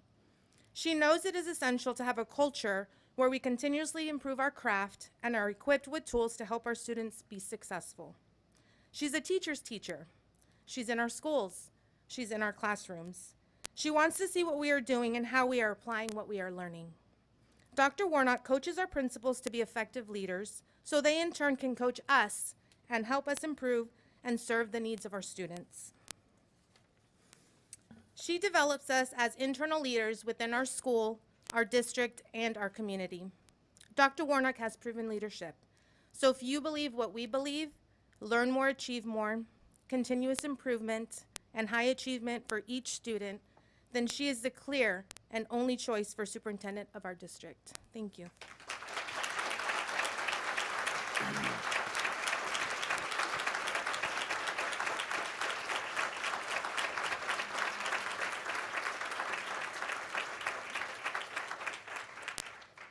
Next person up, Ms. Sherry Scrutch.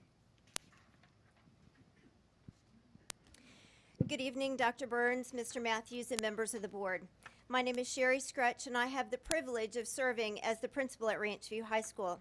Tonight, I have come to speak on behalf of the other CFB high school principals.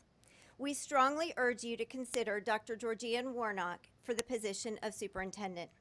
Dr. Warnock is a longtime member of the Carrollton-Farmers Branch community and knows the culture of our district. Dr. Warnock has held multiple positions in the district that impact children: teacher, assistant principal, associate and high school principal, as well as associate superintendent for curriculum and instruction. Dr. Warnock is well suited as the leader for our district because she knows what it takes to get the job done from every level. Dr. Warnock is also a great fit for CFB because she's a lifelong learner who has a vision for the district. She is well read and is able to apply and share that information at the moment when it is most needed. Dr. Warnock works to bring the latest research to us at the campus level so that we are able to implement it with our staff. I've seen how Dr. Warnock streamlined the instructional rounds process by guiding us to look for evidence around critical thinking at all the campuses. This small change allowed us to see patterns across every level of the district, which then provided clarity on our next steps for improvement. It takes courage and conviction to make changes to a system, but her knowledge and leadership have helped better meet the needs of our students and staff in CFB. Dr. Warnock is the best fit to lead our district because at her core, she is a teacher and mentor. When working with people, Dr. Warnock is able to build them up and help them grow and learn. She has mentored many students, teachers, and administrators because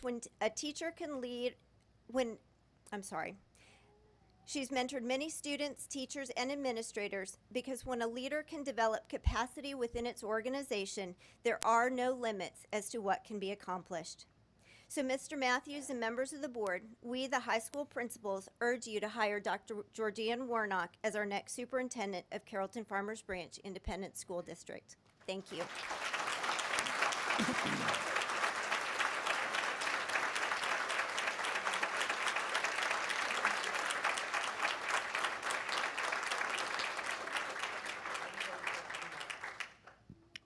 Our next speaker is Patty Gonzalez.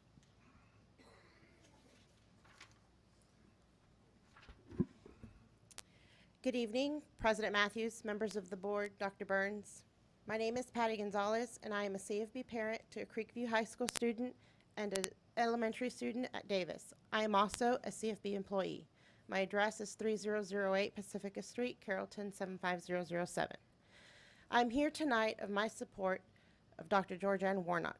In the 5 years that I've been employed in educational services, I've consistently seen Dr. Warnock to be friendly, approachable, and attentive to the needs of others, whether it be students, staff, or community. In addition to these traits, she is also very caring and action-oriented. For example, I took part in the Hurricane Harvey relief operation, which she spearheaded, where several of us went out to different hotels around the area to help enroll displaced families in schools and/or set them up with other organizations such as MetroCrest. I was fortunate enough to be on Dr. Warnock's team. Seeing her speak to these families who lost almost, if not all, of everything spoke volumes of the caring person that she is.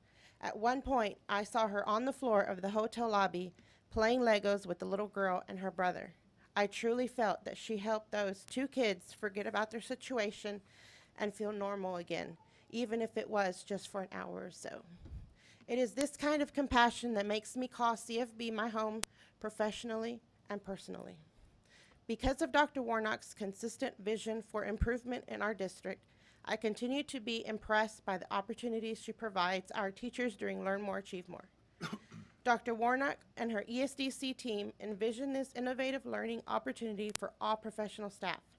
During these 2 weeks, teachers come to learn, grow, and take back leadership values to their classrooms.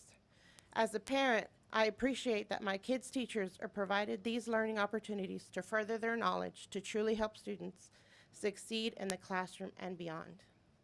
Dr. Warnock exemplifies all characteristics strong leaders should possess. She is a role model to all of her colleagues, students, and community members. I strongly feel she has the requisite qualities to successfully lead our district into the future. Thank you for your time.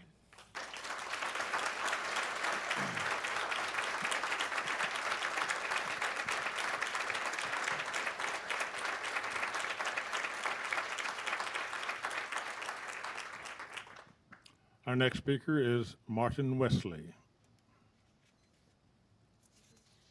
Good evening, everyone. Hope you guys can hear me. I felt compelled to come and speak to you guys a little bit about Dr. Warnock.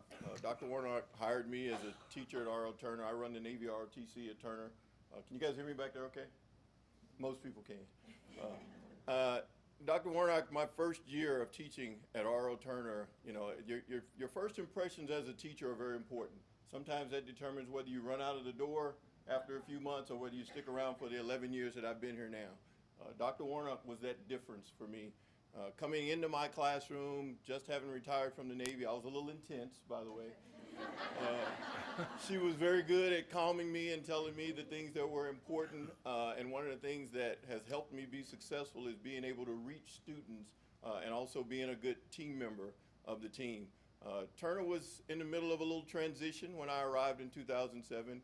We were trying to reach high achievement for each student. We hadn't quite gotten there yet. Dr. Warnock put some plans in place, everything from SMART goals to bringing teams together to building things that brought Turner to what you see now as R.L. Turner, and has passed on from several other professionals that you'll see in this room that affect the district as a whole. One on a kind of a comical note, she was actually had just given birth to her son, and we had sent her an email, and she replied from the hospital. How committed is that? We were a little concerned about her then, but then transitioning into what Turner became in the small learning communities, which had failed at many schools around the state, she was the catalyst for propelling us to what that is now with, you know, individual students getting some individual attention from teachers. So, Dr. Warnock, I appreciate all that you've done for us. Board members, please consider Dr. Warnock as our next leader. There's no doubt in my mind with her intelligence, her foresight, her ability to bring people together, you'll constantly hear the words passionate and compassion from her. So a balanced leader is extremely important to me as a military man. I need to know that there are people that are going to care about the people that work for them and the students in this district as much as she does, but I also need to know I have someone that's ready to make a decision and make a good decision that's beneficial for the entire school district. And that is what Dr. Warnock represents, so thank you for that.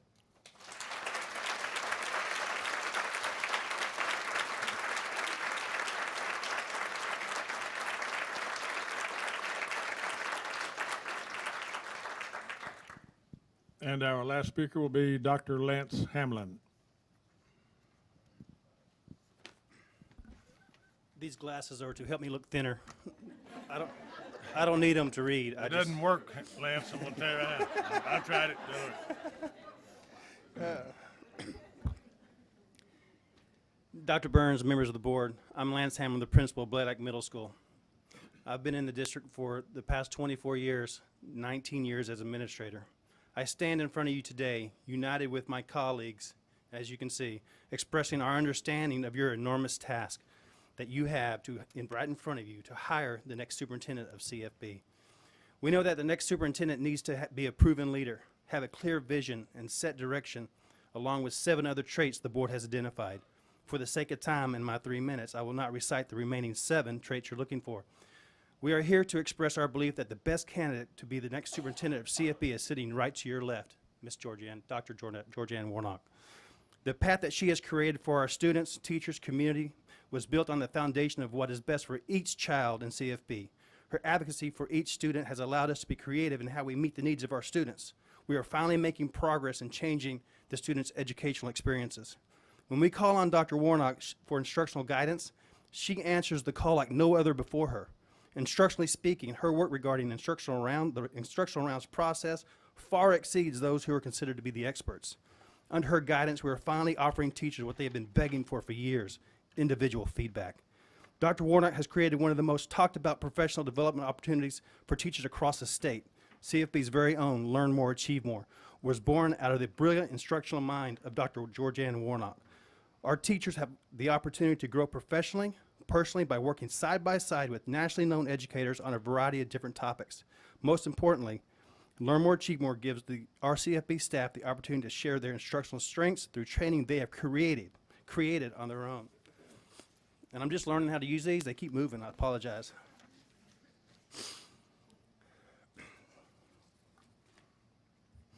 Learn More, Achieve More has been the most successful, sustainable professional growth opportunity for our teachers in the past 20 years. Once again, the positive impact that Dr. Warnock has already had on our students and staff cannot be ignored. We know your #1 priority is to hire the best candidate to lead our amazing district into the future. Dr. Warnock checks all the boxes. She is deeply rooted in CFB.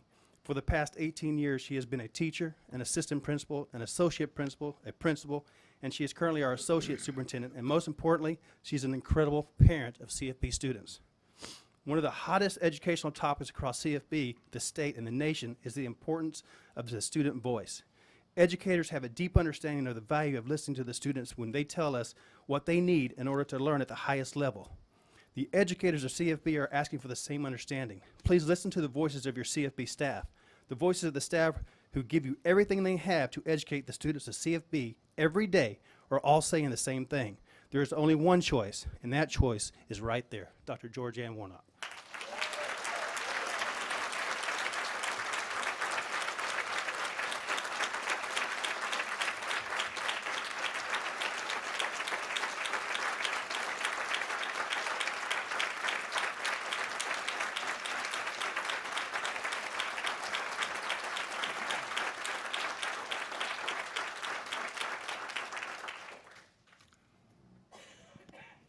Thank you, ladies and gentlemen, for your comments.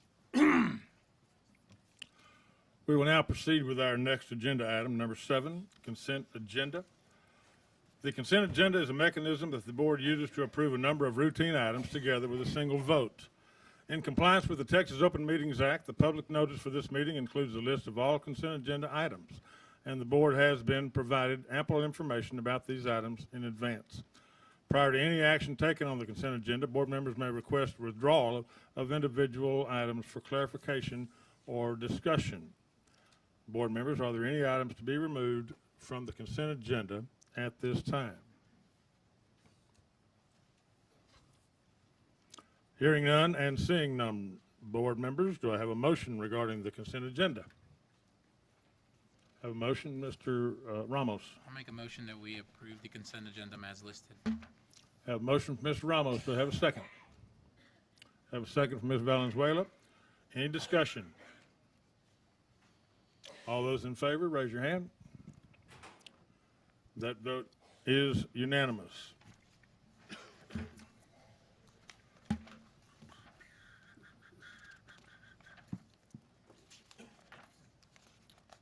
Our next agenda item is number 8, consider selection of elementary school principals. Dr. Burns. Thank you, President Matthews and members of the board. Before I present the recommendations, I do want to make some announcements about some reassignments, which would make the recommendations make a little bit more sense to you. So I'm going to give a few announcements. I don't know if you've remember from the notes, but Mr. Manley, our coordinator of assessment, has decided to retire, and so we're going to make a reassignment there.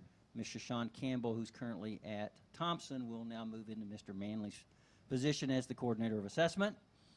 And then Mr. Atchison, Robert Atchison, the principal at Central Elementary, has requested, and we believe it is an appropriate and certainly a request that we believe we should grant. And so I am proud to announce today that we are going to reassign him to Thompson Elementary for the next school year and many after that. Congratulations, Mr. Atchison.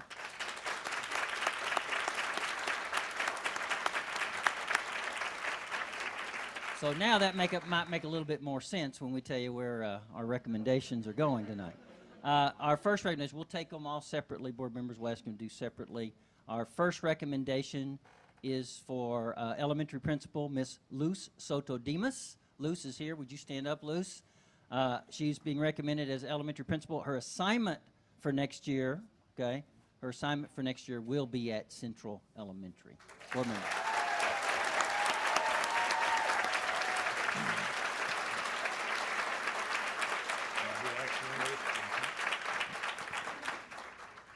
Board members, this item is marked for action. Do I have a motion regarding this item?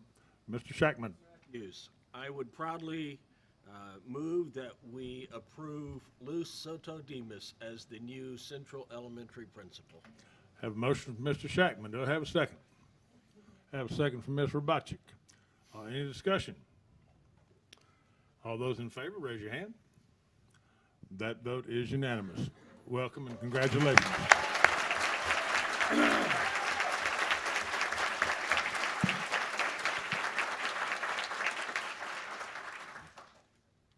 President Matthews, members of the board, our second recommendation tonight for elementary principal will be Miss Laura Gutierrez. Miss Gutierrez is here. Stand up, Laura. So we present to you her as our recommendation for elementary principal, and her assignment will be at Rosemead Elementary.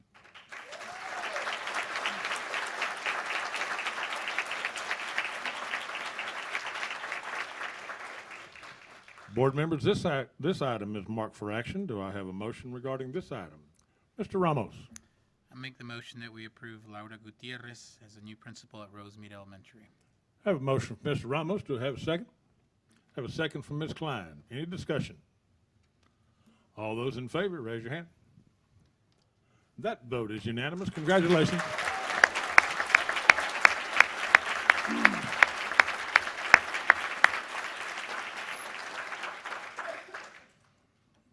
Mr. Matthews, members of the board, we have one more tonight, and we proudly present to you as a recommendation for elementary principal, Miss Eddie Reed.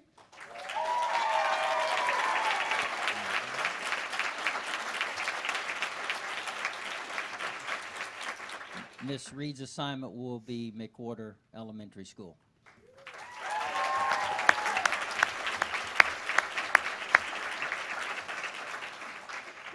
Board members, this item is marked for action. Do I have a motion? Have a motion from Ms. Valenzuela. I move that we approve Miss Eddie Reed to be principal of McWhorter Elementary School. Have a motion from Ms. Valenzuela. Do I have a second? Second. Have a second from Mr. Shackman. Any discussion? All those in favor, raise your hand. That vote is also unanimous. Congratulations.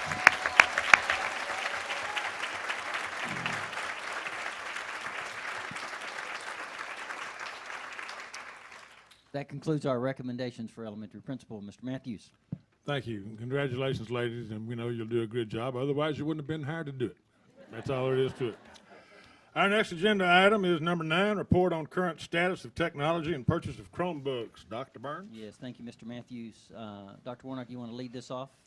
Absolutely. We appreciate this Board of Trustees' continued investment in the digital learning of our students and in closing the digital divide. The board has been very proactive in investing in technology for our students.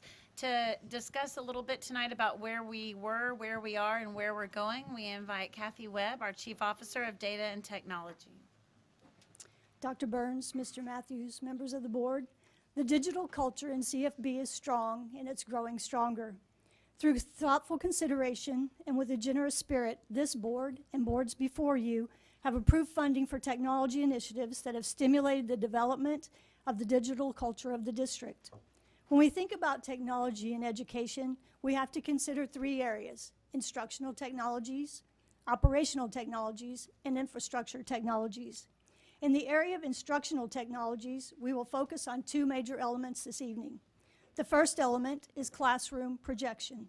With the Beyond Hardware initiative, CFB was one of the first districts to implement classroom projection carts. And with the evolution of the projection, we later transitioned to mounted interactive projectors. Some benefits of interactive projection are increased in engagement and better learning retention. As projectors begin to reach end of life, the district is again exploring new options in the form of LED displays. That's the one on the right. The district will conduct a proof of concept as we take part in this decision-making process. Student devices comprise the second element of instructional technologies. Computer labs were a natural starting point, but limited access and availability presented obstacles to the continuity of the learning experience. Your willingness to invest in our students resulted in a one-to-one environment at our middle schools this year. Pending the board's approval tonight of a recommendation to purchase additional Chromebooks for the high schools, in the fall, a Chromebook will be checked out to each student in grades 6 through 12. Dr. Warnock alluded to that during the pre-meeting. Research indicates that if we assign devices to students, they take better care of the devices because they take personal ownership. And then, to complete our one-to-one initiative, approximately 4,000 Chromebooks will need to be purchased for grades 2 and 5. But just to note, if you look at these elementary people out here, about every time they come in contact with me, they ask, when are we going to get more devices on our campuses? Just watch their heads nod. And with the increase in the one-to-one environment at the middle school, we've seen increased engagement. Technology is only a tool, but it can be a powerful, transformative tool. Increased engagement can be a catalyst for students taking responsibility for their learning, empowering students to be innovative, collaborative, creative, and communicators.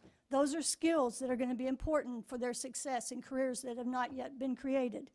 The picture on the right, if you'll look up there and hopefully you can see it, is a picture of augmented reality. We may want to dismiss it as futuristic, but we must keep it on our radar. Remember, the iPad is not even 10 years old. Think about that for a moment. Operational technologies will make processes more efficient for our faculty and staff. Last month, the board approved the acquisition of new and more robust copiers. Next on the horizon is the upgrade of the phone system, which has long since reached its end of life. Yeah, you guys know what I'm talking about. The district will begin exploring options for replacing the phone system in the coming months. Infrastructure technologies provide the framework for all district technologies. No, I didn't forget the pictures. As important as these technologies are, they're mostly unseen. Fiber in the ground, cables behind walls and in the ceilings, servers with blinky lights behind closed doors and closets. In April, the board approved campus network infrastructure for 2 of our campuses. Installation will take place over the next 2 weekends. However, 10 campuses still need to have their network infrastructure replaced, and they're all way past end of life. The intersection of these 3 types of technologies empowers students, teachers, and staff to explore the potentials and the possibilities of the power of technology.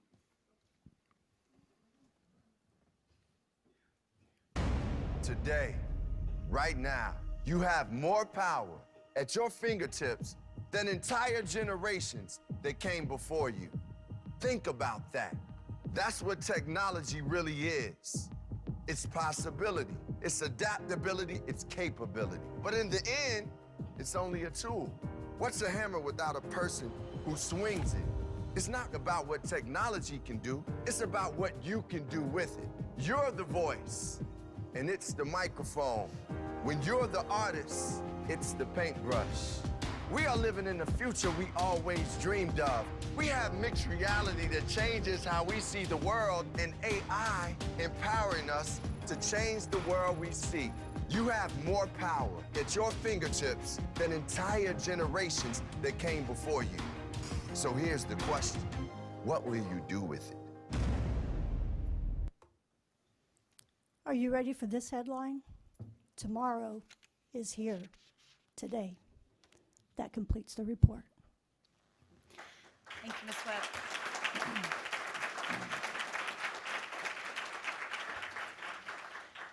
We just wanted to give you some idea of where we have been, where we currently are, and where we move forward as we ask you to consider the purchase of Chromebooks. This would complete our high school allocation, so that would be for our 11th and 12th grade students. As Ms. Webb said, then our future plans would be to bring you plans for 2nd and 5th grade, and then that would really put us at a one-to-one across the board. The addition of the Chromebooks at high school will allow us to proceed with a true one-to-one programming for students where they're able to possess the Chromebooks, have them at home, and then be able to have access and all the time. We know that students in high wealth districts have that opportunity, and it is no longer a tool of the future. It is a requirement that students be able to function, and as we shift in this information age, that they're able to access content in the 21st century. So we would ask for your reflectful consideration on the next item. Board members, item number 10 is consider approval of purchase of Chromebooks for high school students and is marked for action. Board members, is there a motion?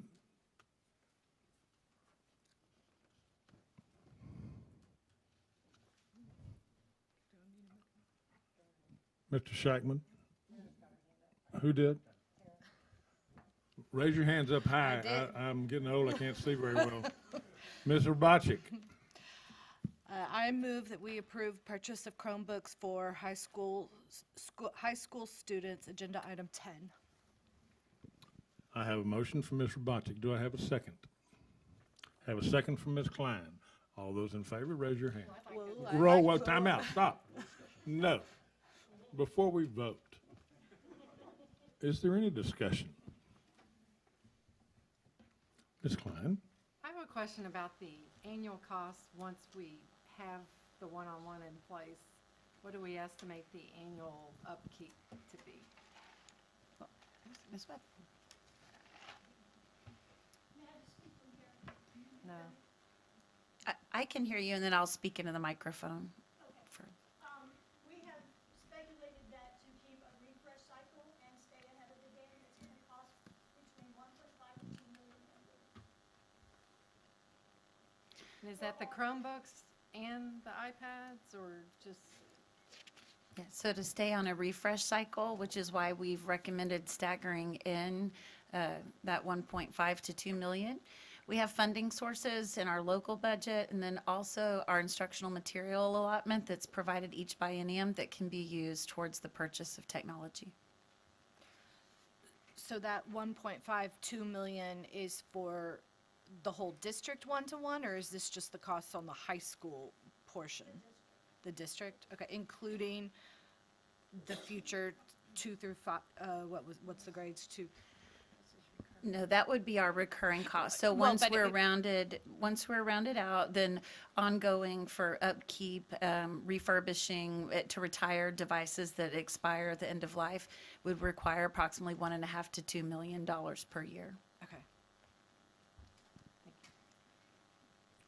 Any other discussion, board members? I have another. How is, I guess one of the comments that I got back from the middle school implementation. Do you need a microphone?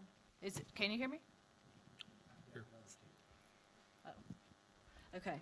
So one of the comments that I got back on the middle school implementation for the Chromebooks was, yeah, I think it'll be great in this class, and I can see us using it in this class, but we won't ever use it in this class. And so I had some conversations about the professional development at the middle school level. Is that the same instruction that would go for at the high school level for teachers? I mean, I can't figure out how to work a Google Doc, so if there's teachers that are looking for how to implement the device as a tool, so it's not just something in a backpack. Yeah, absolutely. That's a great question.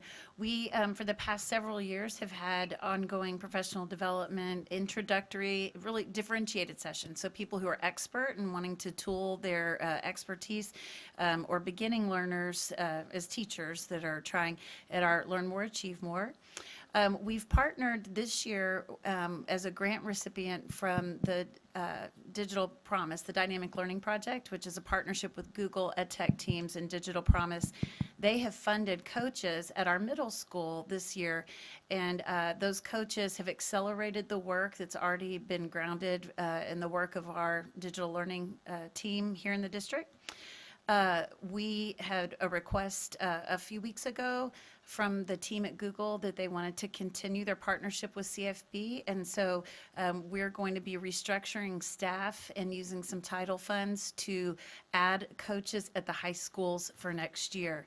The Dynamic Learning Project has agreed to train them and provide the same support and structure that we've had at our middle schools this year, where we've seen great acceleration. So that will be ongoing professional development.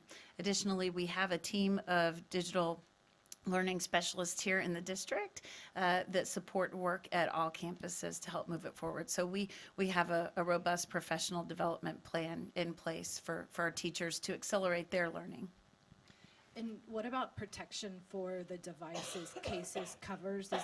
Is the district going to provide that, or is that going to be the responsibility of the student and their families? You said covers? The covers, cases, protector, if they're dropped. Yeah, the devices that we're purchasing, Kathy can speak to it, Ms. Webb can speak to it a little bit, probably with more depth, but they have a protective casing in the... The iPads have a protective casing, and the Chromebooks that we purchase for middle schools have sleeves that we're giving them to put on them. But the newest Chromebooks are made of Gorilla Glass. The screens are much more sturdy, and they have a thicker cover, so they don't require an extra one at this point. Any other questions, board members?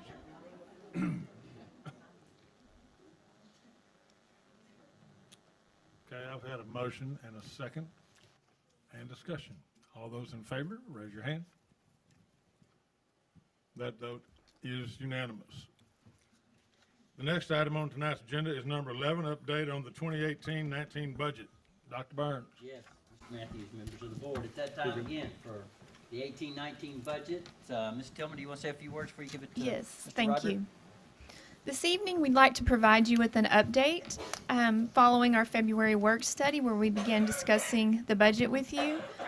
As our student talked about chipping away at a rock, our budget is definitely a rock that we chip away at about a year, and we won't finish until August. But this evening, we want to provide you with an update on where we're at in our current fiscal year. We have about 7 months of operations, so we're going to provide you with an estimate of where we're going to end this year, give you some more updates on our 18-19 budget priorities, and talk about next steps to complete our budget process. There are a lot of moving parts to our budget, so this is a long process. In our general fund alone, we have 10,121 account numbers, just to give you an idea of the work involved of developing our general fund budget.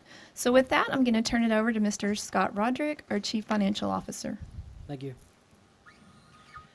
As we start our process of looking at our resource allocation, we want to look back at our 2017-18 budget priorities.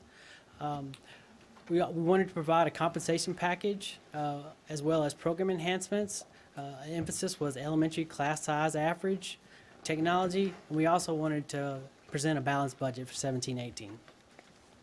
This is our 2017 budget. This is the amended budget as of March 31st, and the estimated actual column is what we project will end the 17-18 fiscal year. Right now, we're projecting $267.9 million in revenue. That comes in a little bit over, almost $4.6 million over what we're estimating. As we look at our total expenditures, we think that will come in at $262.1 million, or $3.8 million under what we have projected. We think we have a positive variance when we end the fiscal year of $5.8 million. As we kind of dive into what makes up these projected actuals, we first look at our local revenue. We got $1.6 million of agricultural rollback collections. Those weren't originally budgeted in our 17-18 budget, so that's something positive. We also collected probably about almost $900,000 of investment earnings. This is due to the increased interest rates that we've seen. State revenue, we're projecting to collect about $600,000 more in available school funds. That's TA finalized the allotment amount for available school funds. We're also projecting we'll see about $1.9 million in additional foundation school fund. We're also looking at approximately $300,000 from our transportation activity for August as we take that over August 1st. On the non-payroll expenditures, recapture and our TIF payments make up a considerable amount of our budget, and we use historical trends to help project our 17-18 projections. As we move into 18-19 budget, we want to look at our priorities. Compensation was our #1 priority, as well as program enhancements, which for dual language program, and expand full-day pre-K at 2 campuses. Signature programs, those are our STEM and fine arts academies. Technology, and we also want to make sure we are a long-term financial stable district. As we look at compensation, our 2020 goal was to have $55,000 as our beginning teacher pay. In our Vision 2020 plan, our 18-19 target was $53,475. We believe our 18-19 beginning teacher pay will be $53,635, so we've exceeded our target for 18-19. The compensation package we have for you to consider tonight is a 3% pay increase. For every 1% of increased cost, for every 1% of pay increase, that costs about $1.6 million. We're also looking at proposing a $16 increase to our district contribution for health insurance. We have in the budget our years of service pay, which is previously longevity, of $712,000. Performance pay for 18-19, we're budgeting $1.2 million for that as well. This is the historical raise information. You can see in 18-19 we're proposing a 3% pay increase. In 17-18 we gave a 4% teacher for teachers and auxiliary staff, and 3% for administrative. And you can see from 16-17 we gave a 3.5 to 11-12. We did not give a pay adjustment. This is the beginning teacher pay salary since 14-15 to 17-18. You can see in the 16-17 column, we were only above Allen and Frisco, but because of the compensation package the board approved in 17-18, we moved only behind HEB and Louisville. We do have some survey data from across the state as well as locally. We want to provide you with that information. TASB performed a survey of all school districts in Texas in April, and they received 354 responses back. Their indication is that district pay increases are expected to stay flat across Texas for 2018-19. Of the respondents, the median pay raise is 2%, which is down from the 17-18 year of 2.3%. We've also looked at Region 10 specifically, which has both very large and small districts. The average for Region 10, based on the preliminary surveys, is 2.28%. Our Personnel Services Division also contacted the districts that we generally have on this chart, and the pay range looks to be between 2 and 3% for this group as well, with the average being closer to 2.25 at this point. So we wanted you to have that information in terms of what it looks like is going to be happening across Texas as well as in our neighborhood. This is the employee health insurance, and the TRS board approved their 18-19 rates. We have approximately 2,300 employees that take health insurance, and we contribute $262 towards that on a monthly basis. You can see most of the 2,300, 1,500 take Active Care 1 employee only. That's about 65% of our total staff that take insurance are on that plan. And that plan is increasing from $89 to the $105, so a $16 increase per month for health insurance. You can also see on this data that Active Care 2, which we have 261 participants, you can no longer enroll in that plan, and they appear to be trying to get people to opt out. As you can see, that's the largest percentage increase among the groups, but that plan can no longer, we can no longer enroll staff in that plan. This is the same slide, but just with increasing the contribution rate from 262 to 278. You can see the employee only would have a flat. It would not change for 18-19 if the contribution amount was raised. As we look at our program enhancements, dual language, we believe that the existing staff allocation could help provide the dual language, so we think that'll have a minimal impact on the 18-19 budget. As for full-day pre-K, if we gained 50 pay for pre-K students, that would be approximately $247,000 to the general fund. Also, we're in the process of consolidating some pre-K sites, and so we hope to gain efficiency by doing that and provide minimal additional staff for additional pre-K teachers, but staffing is still contingent upon enrollment. As we look at our signature programs, the STEM academies, for each STEM academy, one teaching unit was added for each academy. We're estimating about $63,000 what a teacher will cost. That's a total estimated payroll cost of about $315,000 for those 5 teachers.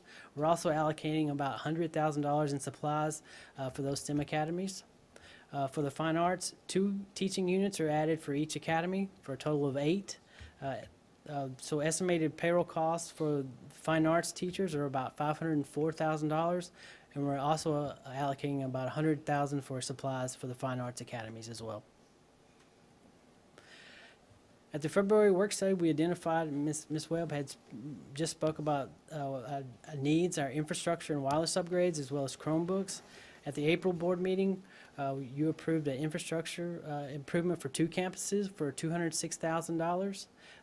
Tonight, you just approved a Chromebooks for $1.3 million. For 18-19 budget, we have included $1 million in the budget for technology. And just as a reminder, as Ms. Webb mentioned, the progress we have made from 2013-14 to 2016-17, just over a 4-year period, this board has invested over $22 million in technology devices, as well as over $1 million in instructional material funds. Also, we want to make sure the district is has long-term financial stability. As we look at our revenue, we projected a flat student enrollment growth. As we've met with our central appraisal districts, they told us that they see revenue or value growth between 10 and 12%. For our budget projections, we've included 8% for conservative. And that will mean that we'll see an increase in our property tax revenue.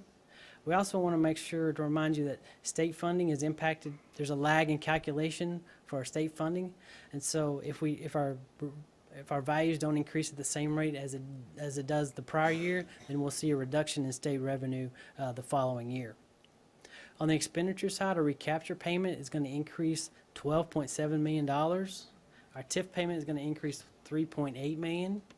Our transportation budget right now is $8.7 million. That has $1.5 million for bus replacements to replace some of our aging fleet. At our February work study, we mentioned about our DB positions. Those are our special ed positions that we're going to come back to the general fund. That'll cost about $2.2 million. And also safety and security. We're set to increase our SROs and our security staff. And we're in the process of the selection of a firm to perform our security assessment, and that's in progress. This is the 18-19 budget, preliminary budget. You can see the 17-18 budget in the left-hand column, and then right now we're projecting that 18-19 revenue will be $285.9 million, which is a $22.5 million increase. The majority of that is coming from the tax revenue of $15 million. The state revenue is increasing mainly because of the ASF funds. That's because we're in the second biennium of the state fiscal year. That you usually see almost a double increase in this available school funds. For total expenditures, we think total expenditures will be $293.6 million, or an increase of 29.5. The majority of that's coming from our recapture payments.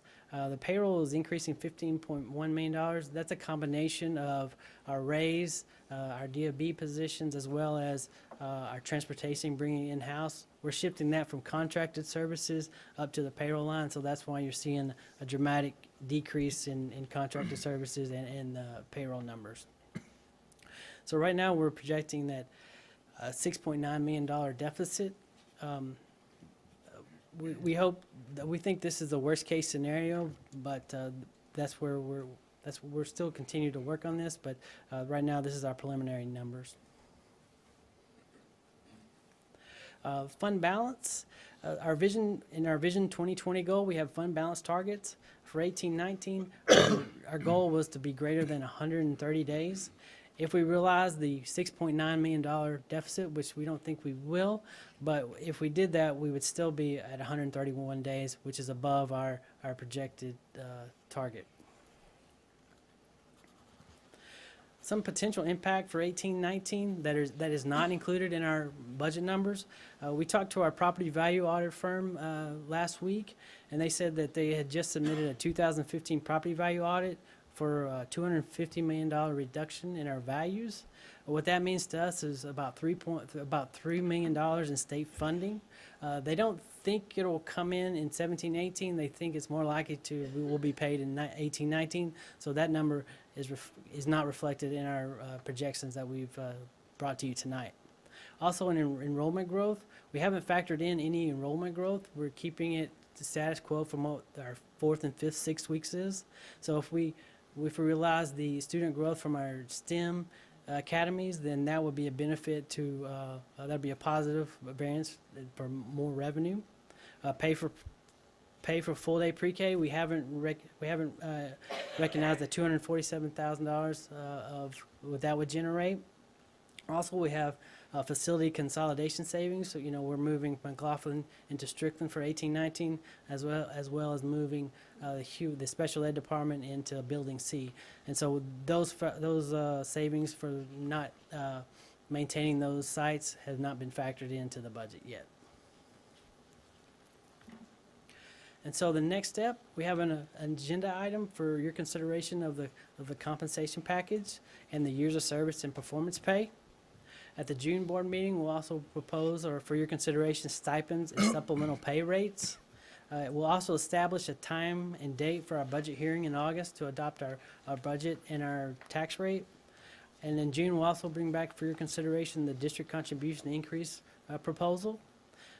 Like I said, we're still in the development process. We'll still fine-tune the budget as we go through August. But on July 25th, we'll get our final certified values, and we'll be able to finalize our revenue projections. We'll also do our truth in taxation calculations and post our required items in the paper. And also, we'll finalize our student projections, and so we'll get a firm revenue number. And at the August board meeting, we will adopt our budget and we will adopt our tax rate. And we'll end with a quote, "You can have anything you want, but not everything."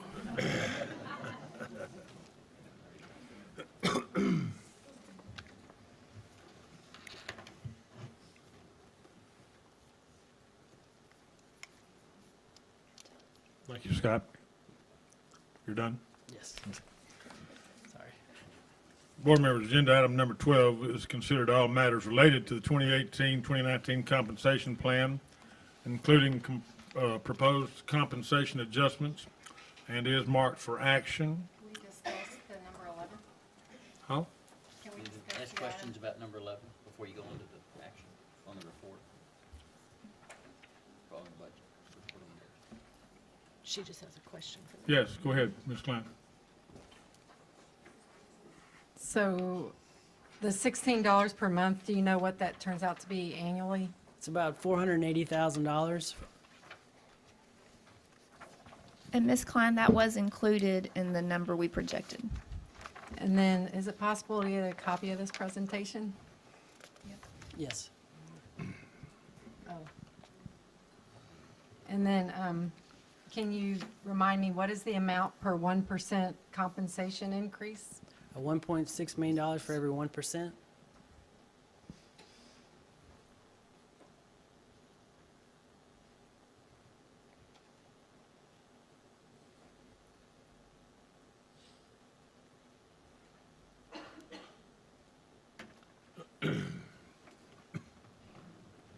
And then, can you kind of elaborate again on the impact of the transportation, bringing it in?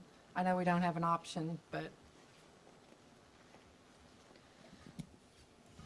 So we had been with Dallas County Schools, and one of the reasons that we had stayed with Dallas County Schools is because the staff that served us were CFB staff that had stayed along with us, and we felt like they were providing a good service. Dallas County Schools also received credit from the state by submitting our mileage, and they also received, we received a portion of the penny tax they collected that offset our transportation costs. With the dissolution of Dallas County Schools, we no longer get that state contribution, nor do we get the penny, our portion of the penny of the credit. So as we're taking that on, it is more than what we were paying to DCS for those reasons, as well as we have to now start investing in bus fleets. DCS had not made bus purchases for us for the last several years, and so we are going to be working to catch up on our fleet yearly purchases. so do you have an amount, ignoring the bus purchases, of what you think the increase is?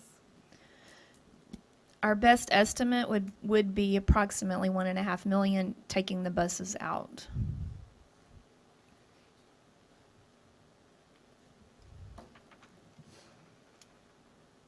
And then, could you elaborate a little more on the SROs and security budget increases?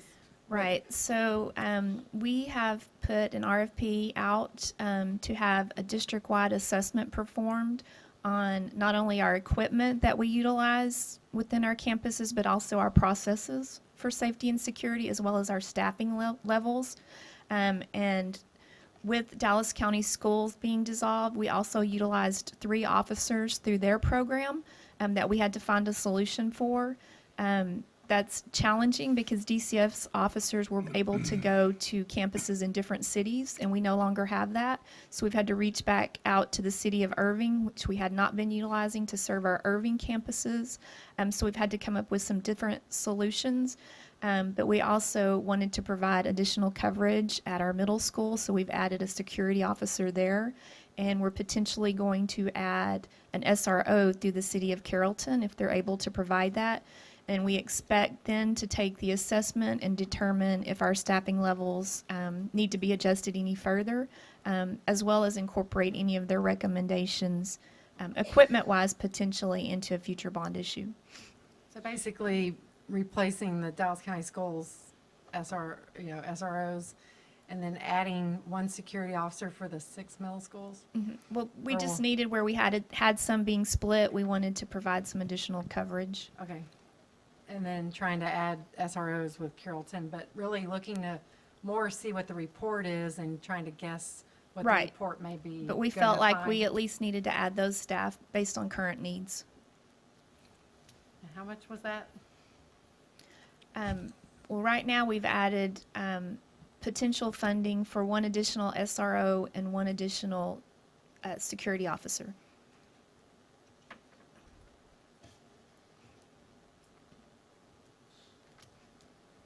Thank you. Ms. Shackman? Does that one work? All going down. Mr. Roderick, first of all, thank you all for conservative projections. That helps us in the long run here.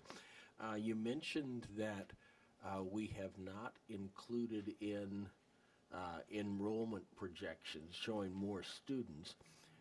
Did we include in, though, I thought, new staff for the STEM and for some of those programs? So we're actually covering our bases two ways there. Is that, I got that right? Yes, that is correct. Okay. Yes, sir. Okay, thank you. You know, I know, folks, you may not be aware of this, but for every 1% that we increase our average daily attendance, we will get an additional $1.6 million. So, just saying, there could be some money coming in. Any other comments or statements, board members? Okay, agenda item number 12 is consider all matters related to the 2018-2019 compensation plan, including proposed compensation adjustments, and is marked for action. Board members, is there a motion? Mr. Shackman. Mr. Matthews, I would point out that there was a wording change just simply to clarify pieces on the text at the bottom of the chart that we've received. The numbers are still the same. And then I would move that we adopt the amended proposal as given to us. I have a proposal from Mr. Shackman. Have a second? Have a second from Ms. Roboczyk. Any discussion?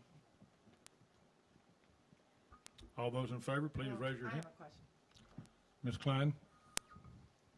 Back in the day, there used to be an explanation about midpoint versus median and all that stuff. Which one is this? None of the above. Oh, my goodness. None of the above. It's a hybrid. Ms. Klein's going back quite a while when we used to adopt the TASB model of basing the raise on midpoint. We have not done that in probably a decade. This is all based on teachers' salary that they have, their salary, and that raise percentage on each individual teacher's or staff member's compensation would be what the salary increase would go toward. So we use that as a higher-end model. We don't use it as a raise model right now. Do we feel like we're competitive with our more experienced teachers that we're hiring? And Yes. the ones that we have?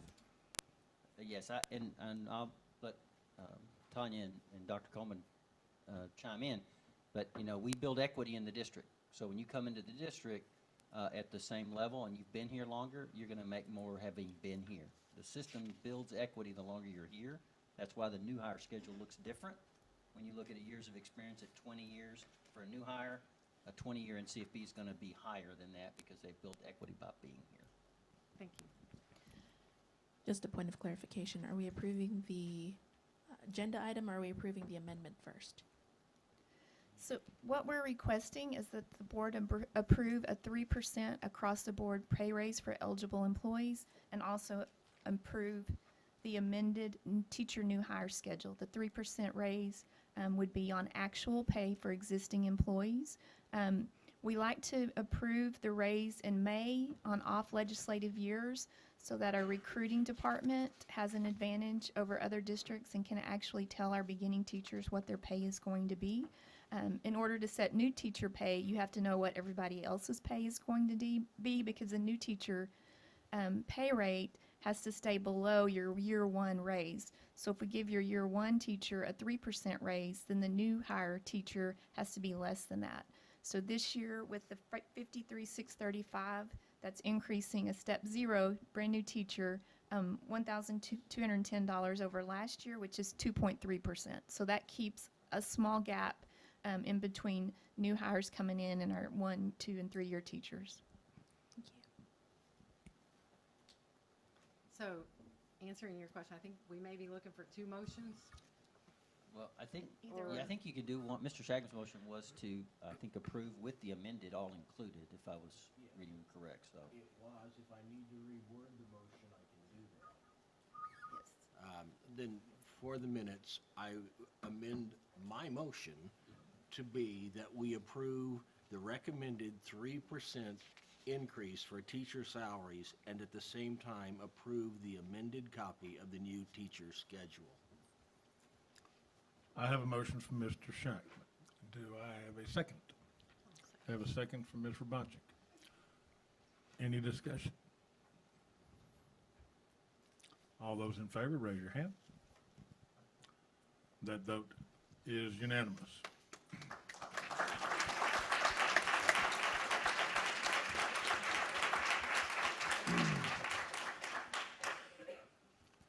Ladies and gentlemen, our next agenda item is number 13. Consider all matters related to the one-time supplemental payments for the 2018-2019 school year, including the adoption of a board resolution authorizing such payment in 2018-2019 and is marked for action. Board members, is there a motion? Mr. Matthews, can we just give a little bit of context with that, Ms. Tillman? Yes. Performance pay and longevity pay, which we would like to start referring to as years of service to align with TRS guidelines, has been identified as a priority. And as we have met with staff, with our District Improvement Council principals, everyone has identified that as a program we would like to continue. Our performance pay, you can see in the exhibit, Exhibit A, in order for the district to be eligible, all employees would receive $500 if, when our 17-18 ERG District Performance Index is released, we're in the top 10 of the 200 largest school districts, or $250 if we're in the top 20. That's paid out in February if we have the results at that point. We have paid out performance pay twice since this program started. The full amount for $500 is approximately $1.2 million for the budget. In terms of our years of service supplemental pay, this is paid out at each 5-year increment. Our employees receive $100 for each year of service, up to 20 years, whereby they receive $100 per each year of service, plus an additional flat rate of $500. With that, we would request that the board approve the continuation and authorize the resolution to approve years of service pay and performance pay for the 2018-19 school year.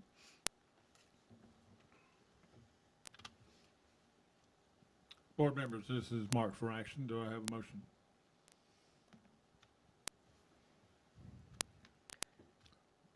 Ms. Rabachick?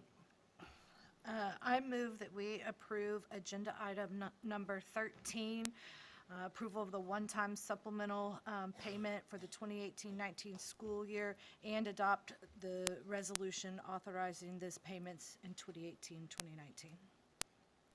Have a motion, Ms. Rabachick. Do I have a second? Have a second, Ms. Valenzuela. Any discussion? I have one question. Oh, sorry. Go ahead. Wait, what was this called? The one-time payment, the performance, that was valued, or estimated value at 1.2 million. And is there an estimated value of the, longevity? Years of service, okay. The new name. It runs between $550,000 and $650,000, depending on how many employees we have eligible. Okay. Okay, I have a motion and a second and discussion. Any other discussion? All those in favor, raise your hand. That vote is unanimous. Thank you. And now, ladies and gentlemen, our next item is number 14, a closed meeting as authorized under Texas Government Code, including but not limited to Section 551.071, consultation with attorney, 551.072, real property, 551.074, personnel matters, 551.076, security devices, 551.0282, school children / district employees / disciplinary matter or complaint, 551.0821, personally identifiable student information, 551.084, investigation. The board will meet in a closed meeting to deliberate the following matters. Closed meeting as authorized under Texas Government Code, including but not limited to section 551.071, consultation with attorney, so forth, and I've already read all that. Personal identification investigation. Pursuant to section 551.071, section the Government Code, attorney consultation and real property, deliberation regarding legal issues concerning potential sale of real property owned by the district located at 2427 Carrick Street, Farmers Branch, Texas 75234. Audience members are welcome to remain in the boardroom as the board members recess to the boardroom number 150, the executive conference room, for deliberations. The time is now 9:40. We are back on the record in open session, having returned from closed session. The time is now 10:06 p.m. Board members, our next agenda item is number 15, consider all matters concerning the potential sale of real property owned by the district located at 2427 Carrick Street, Farmers Branch, Texas 75234, including approval of real estate sales contract and lease agreement. And this item is marked for action. Is there a motion to be made at this time? Ms. Robachik. I move that we approve the real estate sales contract and lease agreement for real property located at 2427 Carrick Street, Farmers Branch, Texas 75234, and delegate the authority to execute and complete any necessary documentation to the superintendent and board president. I have a motion from Ms. Robachik. Do I have a second? I have a second from Ms. Klein. Any discussion? Mr. Ramos. I'm going to go ahead and recuse myself on this. Okay. Mr. Ramos has recused himself. Any other discussion? All those in favor, raise your hand. That vote is 5-4, 1 recusal.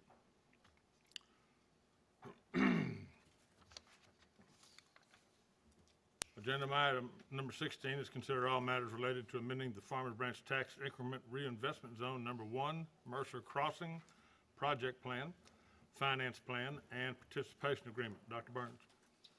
Thank you, Mr. Matthews. Members of the board, as you know, we've been discussing TIFs for a while now, and so we're happy tonight to kind of bring this to closure, and I'm going to let Ms. Tillman do the honors.